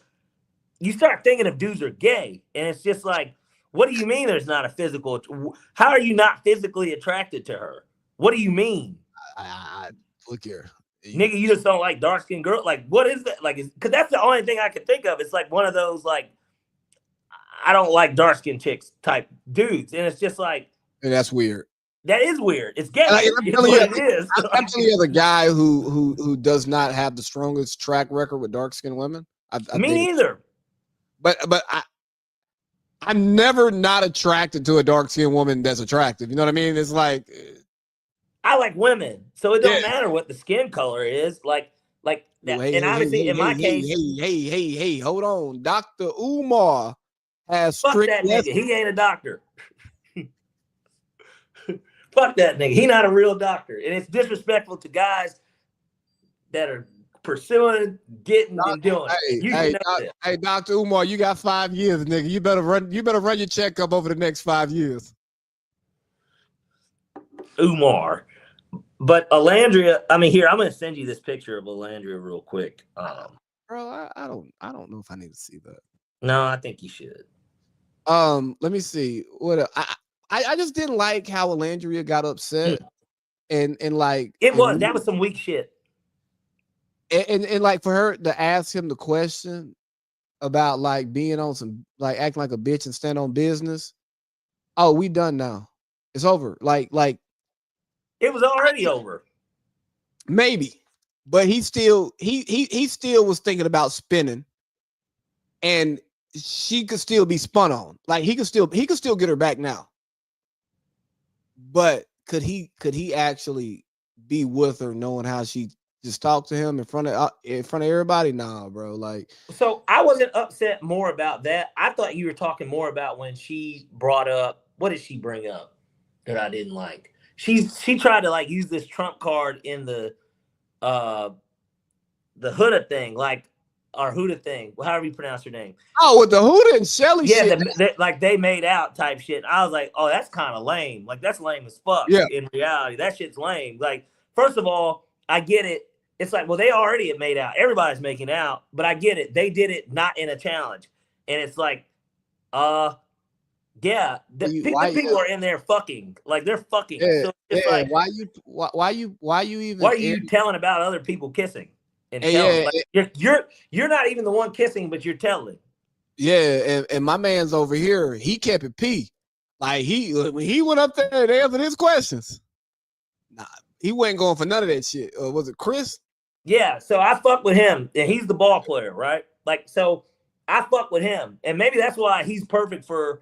You come so Kenny. No, I mean, look, I'm not attracted to the men, but like at the same time, I have to place myself in the position of how a nigga is. So even my niece, this is what she said to me, and actually, no. Was it? I think no. Okay, so we went back because she wanted to show me an episode because she wanted to show me why everybody hated Huda. Oh, so I went back. I saw that episode too because she wanted me to see it. And which so, one? The twerk contest? Oh no, I saw that. It was before that she had did something. So everybody was upset with some dude named Jeremiah. Jeremiah looks like fucking Shamar Moore. That's what I told her. I was like, he looks like Shamar Moore. He looked like a nigga walking around Morehouse in a tight suit. But clearly that nigga was pulling a lot of the bitches in there. And that's why he got eliminated, because as soon as the new chick, Adrina, came on, he like bags her immediately, but already had Huda and like somebody else. And so the guys see him as a threat, because it's like, oh, he's collecting Infinity Stones. So that's not good for business. But then the chicks are also like, oh, he just treated Huda like shit, like, but kind of dropping her. And immediately there's this connection. He treated her like shit. So he didn't play the game right. No. In reality, he just didn't play the game correctly. He was out there living. He was treating it like his real life, trying to figure out which girl he want. Okay, yeah, and then the other part, which I see where Alandria is upset with Taylor, is because Taylor could have got sent home, but everybody protected their connection, and they sent the dude home that had never been out of the country, that was from Georgia, from South Georgia, who. Yeah. No homo. He just didn't look like he belonged there either. And I'm not saying that he don't get bitches, because I'm sure he do. But like, he looked like he didn't belong there. He don't look fly. Like, well, again, if that was his first time out of the country, and there's nothing wrong with never have gone out of the country, he ain't experienced too much in life either by that point. And so it's like, well, and if he's from a small town in South Georgia, I'm sure he's cool as fuck. But like, I'm just saying, he got sent home because Alandria was the only person that he wanted, and it was a threat to Taylor, and it was either that or I guess her, like, basically was who's gonna go home, but they sent him home, and it's like fucked up though. Now that he's moved on with the chick that he met and was only with for 3 days after you've been with this girl for 3 weeks now, like, and Alandria ain't rocking with nobody but Taylor. Well, she gonna rock with somebody new. Something gonna happen. Look, I don't know how. I don't get it. I don't get it either. Like, she cool. She look good. Like, yeah, she got mad and crashed the fuck out. But like, you haven't even looked at what I sent you. No, I can understand what got her to that point too, though. Like, just look. Yeah, I'm looking right now. Oh shit. enjoyed?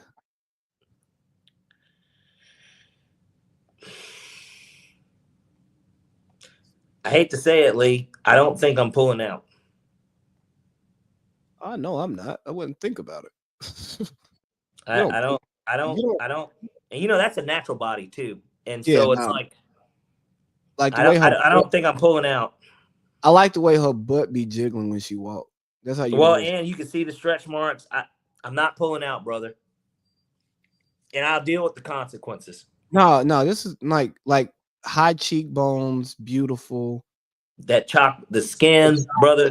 Yeah, no, titties. Yeah, you. And see, I kind of like them petite too. So like, yeah, you can pick her up, throw her around. Like, no, she's. Yeah, no. You, Yeah, brother. Boy, the fun I'd have with her. But enough of my smut talking here. I think but I honestly think she'd make a good mate. You know what I mean? Like a good partner, somebody to build with. Like, hey, you know what? I hate that I met you on this show because you have to see a side of me that I don't want you to see as me. Like, I want you to know that it exists. I want you to know I can still get busy out here. But like, I don't want to put you in a place to have to feel what it feels like to see me swap and spit with another woman and being aroused by her, Because everybody's mad at Huda. Like, we didn't talk about that though. With the Huda and Ace shit, right? Shelly can't be mad if she's open. If you're gonna say, hey, I'm gonna be open, you can't then put boundaries on a challenge. I can understand you not liking it, not wanting to see it, but if you're not gonna commit to me, you can't tell me I can't. I mean, she's trying to play that bullshit of we homegirls. Like you could have chose any other dude, and that's what I was thinking too. I'm just like, so hold on, let me get this straight. The name of the game is to get somebody's heart pumping. That's the name of this game. Maybe she did go a little extra because she didn't do that shit with nobody else. But it's like, was she gonna do that for everybody else? Why is it that in that split second it hit her to hit a move and she did the move? And clearly it worked, right? Because I'm pretty sure that it was racing highest with hers, right? Yeah, both of them, yeah. So like maybe she got into it more in that moment. Like we can't judge her based on that. It's a challenge, but it wasn't for you. Like this wasn't against you. I wasn't doing it to go against you. And just like for him, I'm sure he's like, look, I thoroughly enjoyed it clearly as a man. You're still my connection, but it'd be just like if you had your girl and you went to a strip club and you were like, man, I want to pipe the shit out of this stripper. Doesn't mean that you don't love your girl. Doesn't mean that you're going to pipe the shit out of the stripper. It just means that in that moment, you saw some shit that was like, this is the thought that's coming in my mind. You can't be mad at the stripper for arousing your man. Yeah, no. And then she doubled back with the dude that she has a connection with. So it's like you're using a challenge to get your shot off. Let Huda sit that ass on my face. And Olandria already just broke this news that they both admitted to. It was lame that she did it. That she made out with Chris anyway. So now it's like, well, clearly she's trying to connect with the nigga that she's connected with. So it's like you're taking the challenge a little too serious. Like, bro, I saw that black women are defending Olandria and I'm okay with it because I want her to stay on the show. Yeah. Like they're defending them and saying we're not gonna come out here and paint this narrative of them as mean girls or angry black women. It's not a narrative when it can be true. And I don't think they're angry black women, and I'm not like trying to push that. But the shit that they did on the last episode, bro, that shit was lame. Like, girl, you can't get mad. You can't get mad at me because I got a lap dance, a nasty, freaky lap dance in a challenge that I don't control what the person does. And yeah, I got to play into it because it's a fucking TV show, right? And while you still entertaining old boy and during the said challenge, you are fucking with old boy during the challenge and letting him know. And then you ask me all these different little questions, and then Alandria doing that shit with Taylor and just going the fuck off, and then putting out the little messy shit, and then the two of them with Sierra, they feel like they the OGs of the house, so everything got to go through them. I get it, y'all original cast, y'all ain't bombshells and shit, but no, bro, like y'all on some trying to defend y'all's turf, which is fine because you're on the show to stay on the show, but people need to like evaluate it as such. Like, hey, no, they doing some linking up and trying to save each other. Because Shelly knows she on borrowed time because Ace about done with her. Well, and Shelly is the person that I'm least attracted to of all the women. One of the white chicks actually is the least attractive, but Shelly, and it's not just an attraction-based thing. The way that she kind of acts, I don't know. She walking around like she run the shit too. That's the issue as well. And she don't look good enough to be doing all that. Exactly. She doesn't look good enough to be doing all that. And so, look, and disclaimer again for anyone catching the end of this here, I am attracted to all of them. They are all attractive. I am not saying that any of them are unattractive. But if I'm picking favorites here, she falls at the bottom of that list, in my opinion. And her attitude fucking doesn't go along with it too. This is the issue here, and so it's just. But another thing that the listeners don't understand is the women that we've been involved with in our lives and the way that they look. You can like rack and stack your roster with some of these women on here. Yeah, and that paints the way that we will talk about them. Where it's like you ain't fine enough to do all that. Yes, I'd still have sex with you, but like I've had sex with girls who look better than you, and I tolerated much less bullshit from them. So like that's just for the listener who's still here at hour 3.5. Fuck. Yeah. Well, here, because we can get ready to end it, I guess. But who do you think is going to ultimately end up getting voted off, man and woman, for this for tomorrow? Oh, golly. I hope they get rid of Hurt Mouth, allegedly. Hurt Mouth? I can't remember his name. He doesn't belong. The white guy with the weird tattoos. The awkward dude. They're kind of tall? Yeah, he just needs Yeah. So I think he's going home. I'm with you. I don't know what girl's going home, but I know it's not going to be Huda or Alandria. So I think it's going to be, hold on. Where is it? Hold on, I gotta find because I'm still new to this, guys. I was rooting for Amaya to get kicked off until she turned into her real self yesterday when she was going back and forth with whoever it was on stage. It's like, okay, this is the real Amaya. There we go. Here, hold on. Gosh, I gotta find it. I need to see just a list of the names. I know which girl I think's going home, but I'm agreeing with you. That dude's going home. He sucks. The taller nigga and he kind of was. He was honestly standing on business by putting his name on everything that he put question marks as his name. But like, I don't know. He just seemed lame as fuck. Hey, why didn't you ask me about this every day when you see me? Don't wait till the challenge to have this conversation with me for the first time. And to be perfectly honest, like he's not funny.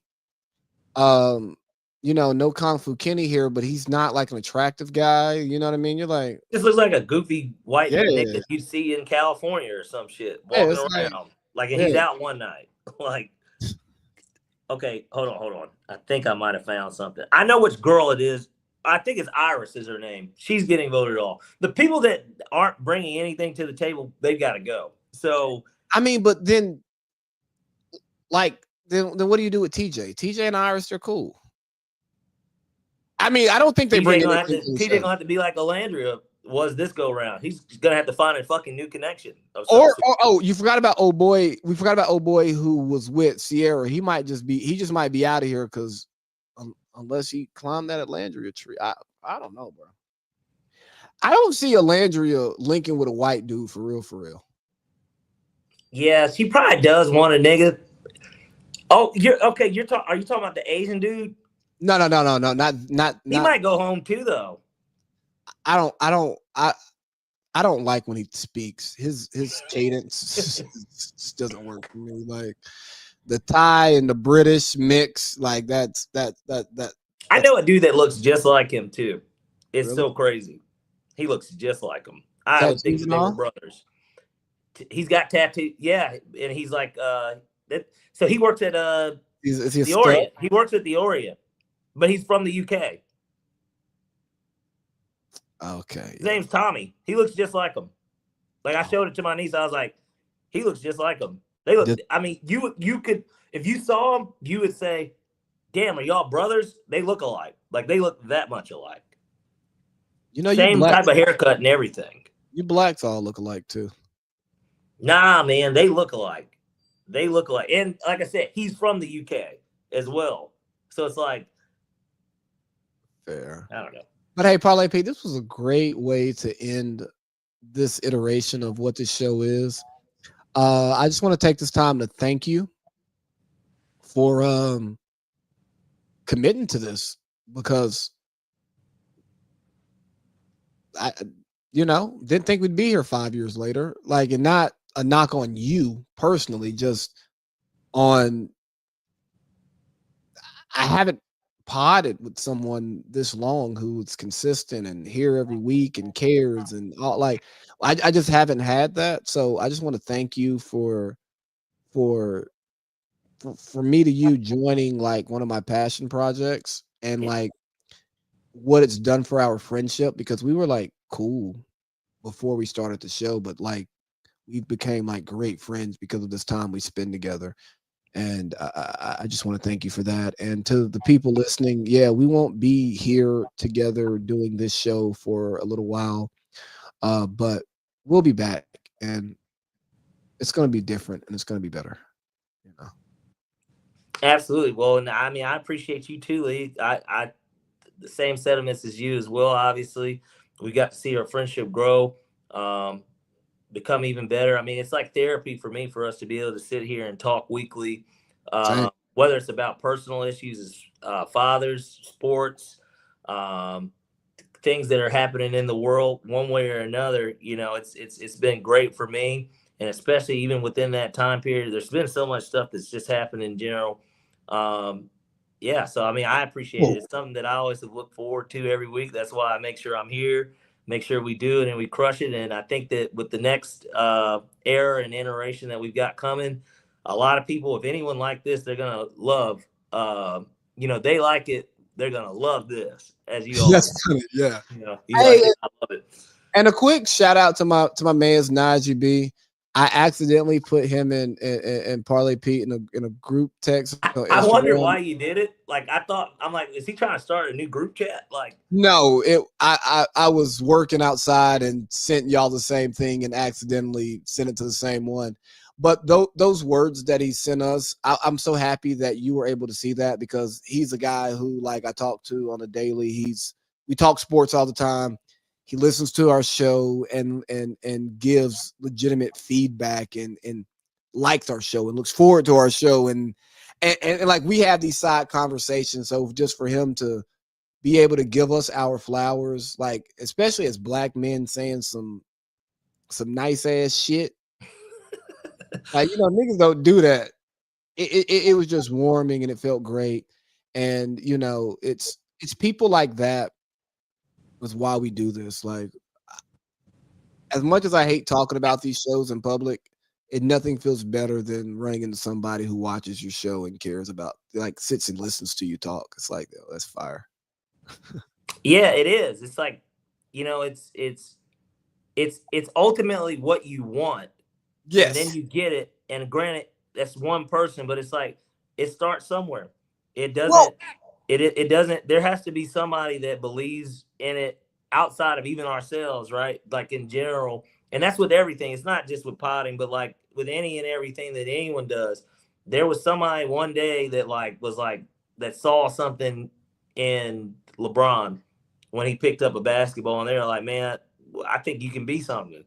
Whether it was a coach when he was 7 or 8, like, you know what I'm saying? Probably 5'5" at 5, nigga. He might have been, but I'm okay. All right, Colin. I'll use him as I get somebody shorter. And Colin was always short. Like, that nigga didn't get tall till he had probably until like 10th grade. But like, he was always short. But point being, somebody saw something and was like, You know what I mean? And all it takes is it could be something as simple as that. Just one person that sparks it and makes it get better and move forward, especially because it's just like when you got one person that's out there at least, no matter what, right? Yeah. But yeah, it's awesome. And You remember we ran into our mans at the Shannon and Ocho show, and the dude goes, "Oh shit, it's AC Lee and Parlay Pete," and he tells his mans, "Hey, bro, they got a good podcast. You need to listen." Weird, that shit was weird as hell. Because you called me AC Lee and you called him Parlay Pete in real life. Like you put those two things together that we've placed together, and you just said it to us like we're people to be seen. Like, yeah, we're just niggas catching a show, man. Like, yeah. Right. But anyways, dog, we're almost at 4 hours and it's getting late, nigga. Well, that's a fitting way to end this era of it, though. Too. We've had some long ones, but you know. Well, I tell you what, my bad. We've had some hoes on ourselves. You could throw that a couple of different ways, but yeah, it's been a pleasure. Salutations, good people, and we will see you in August. Yeah, we'll see you August. All right, brother. So we might be back for the draft. If we should be ready before the draft, but we may do a draft show. No, that's September. Yeah, that's September. We'll be back before the first week of college football is August 30th. We have to get in the NFL show. And I feel like we'll probably, again, we can record it and keep it to ourselves, but kind of run through, not to give out everything we're going to do. But what we need to do is actually sit down and like discuss new format, how we want it to look, and then give ourselves like weekly whatever touch points to make sure that we're actually doing the stuff we're supposed to do, because we're treating this like it's a job and we're professionals, and we know that when we don't have touch points and follow-ups, shit doesn't get done. Exactly. And then we come back in a month and a half and it's the AC Lee and Parlay Pete podcast under a different name, but we didn't change anything, and that defeated the whole purpose of us taking time away from doing shows to build the brand properly. Exactly. All right, so let's have this conversation. Tomorrow's Thursday. Let's have this conversation maybe sometime tomorrow, and not tomorrow. Let's take some time to think, and then we'll touch base sometime next week on an actual conversation of how we want to like frame this shit out. Because like I just need some free thinking time to like put stuff down on paper. And did you get any of that stuff I sent you, by the way? I think so. Did I respond to it? No, I texted you like. Worst case, I can resend it. My phone has been acting up, but I can resend it. Worst case, so was it? It was like pictures. The last one I got was the sitting around the table like it's the Last Supper, but it's okay. So you did get it. Yeah, you got it. Yeah, I got that. Okay. Oh, I said I like it. Yeah, I responded. Oh. All right, Nick. I've been talking to you for 4 hours. Bye. All right, brother. All right, dog. All right.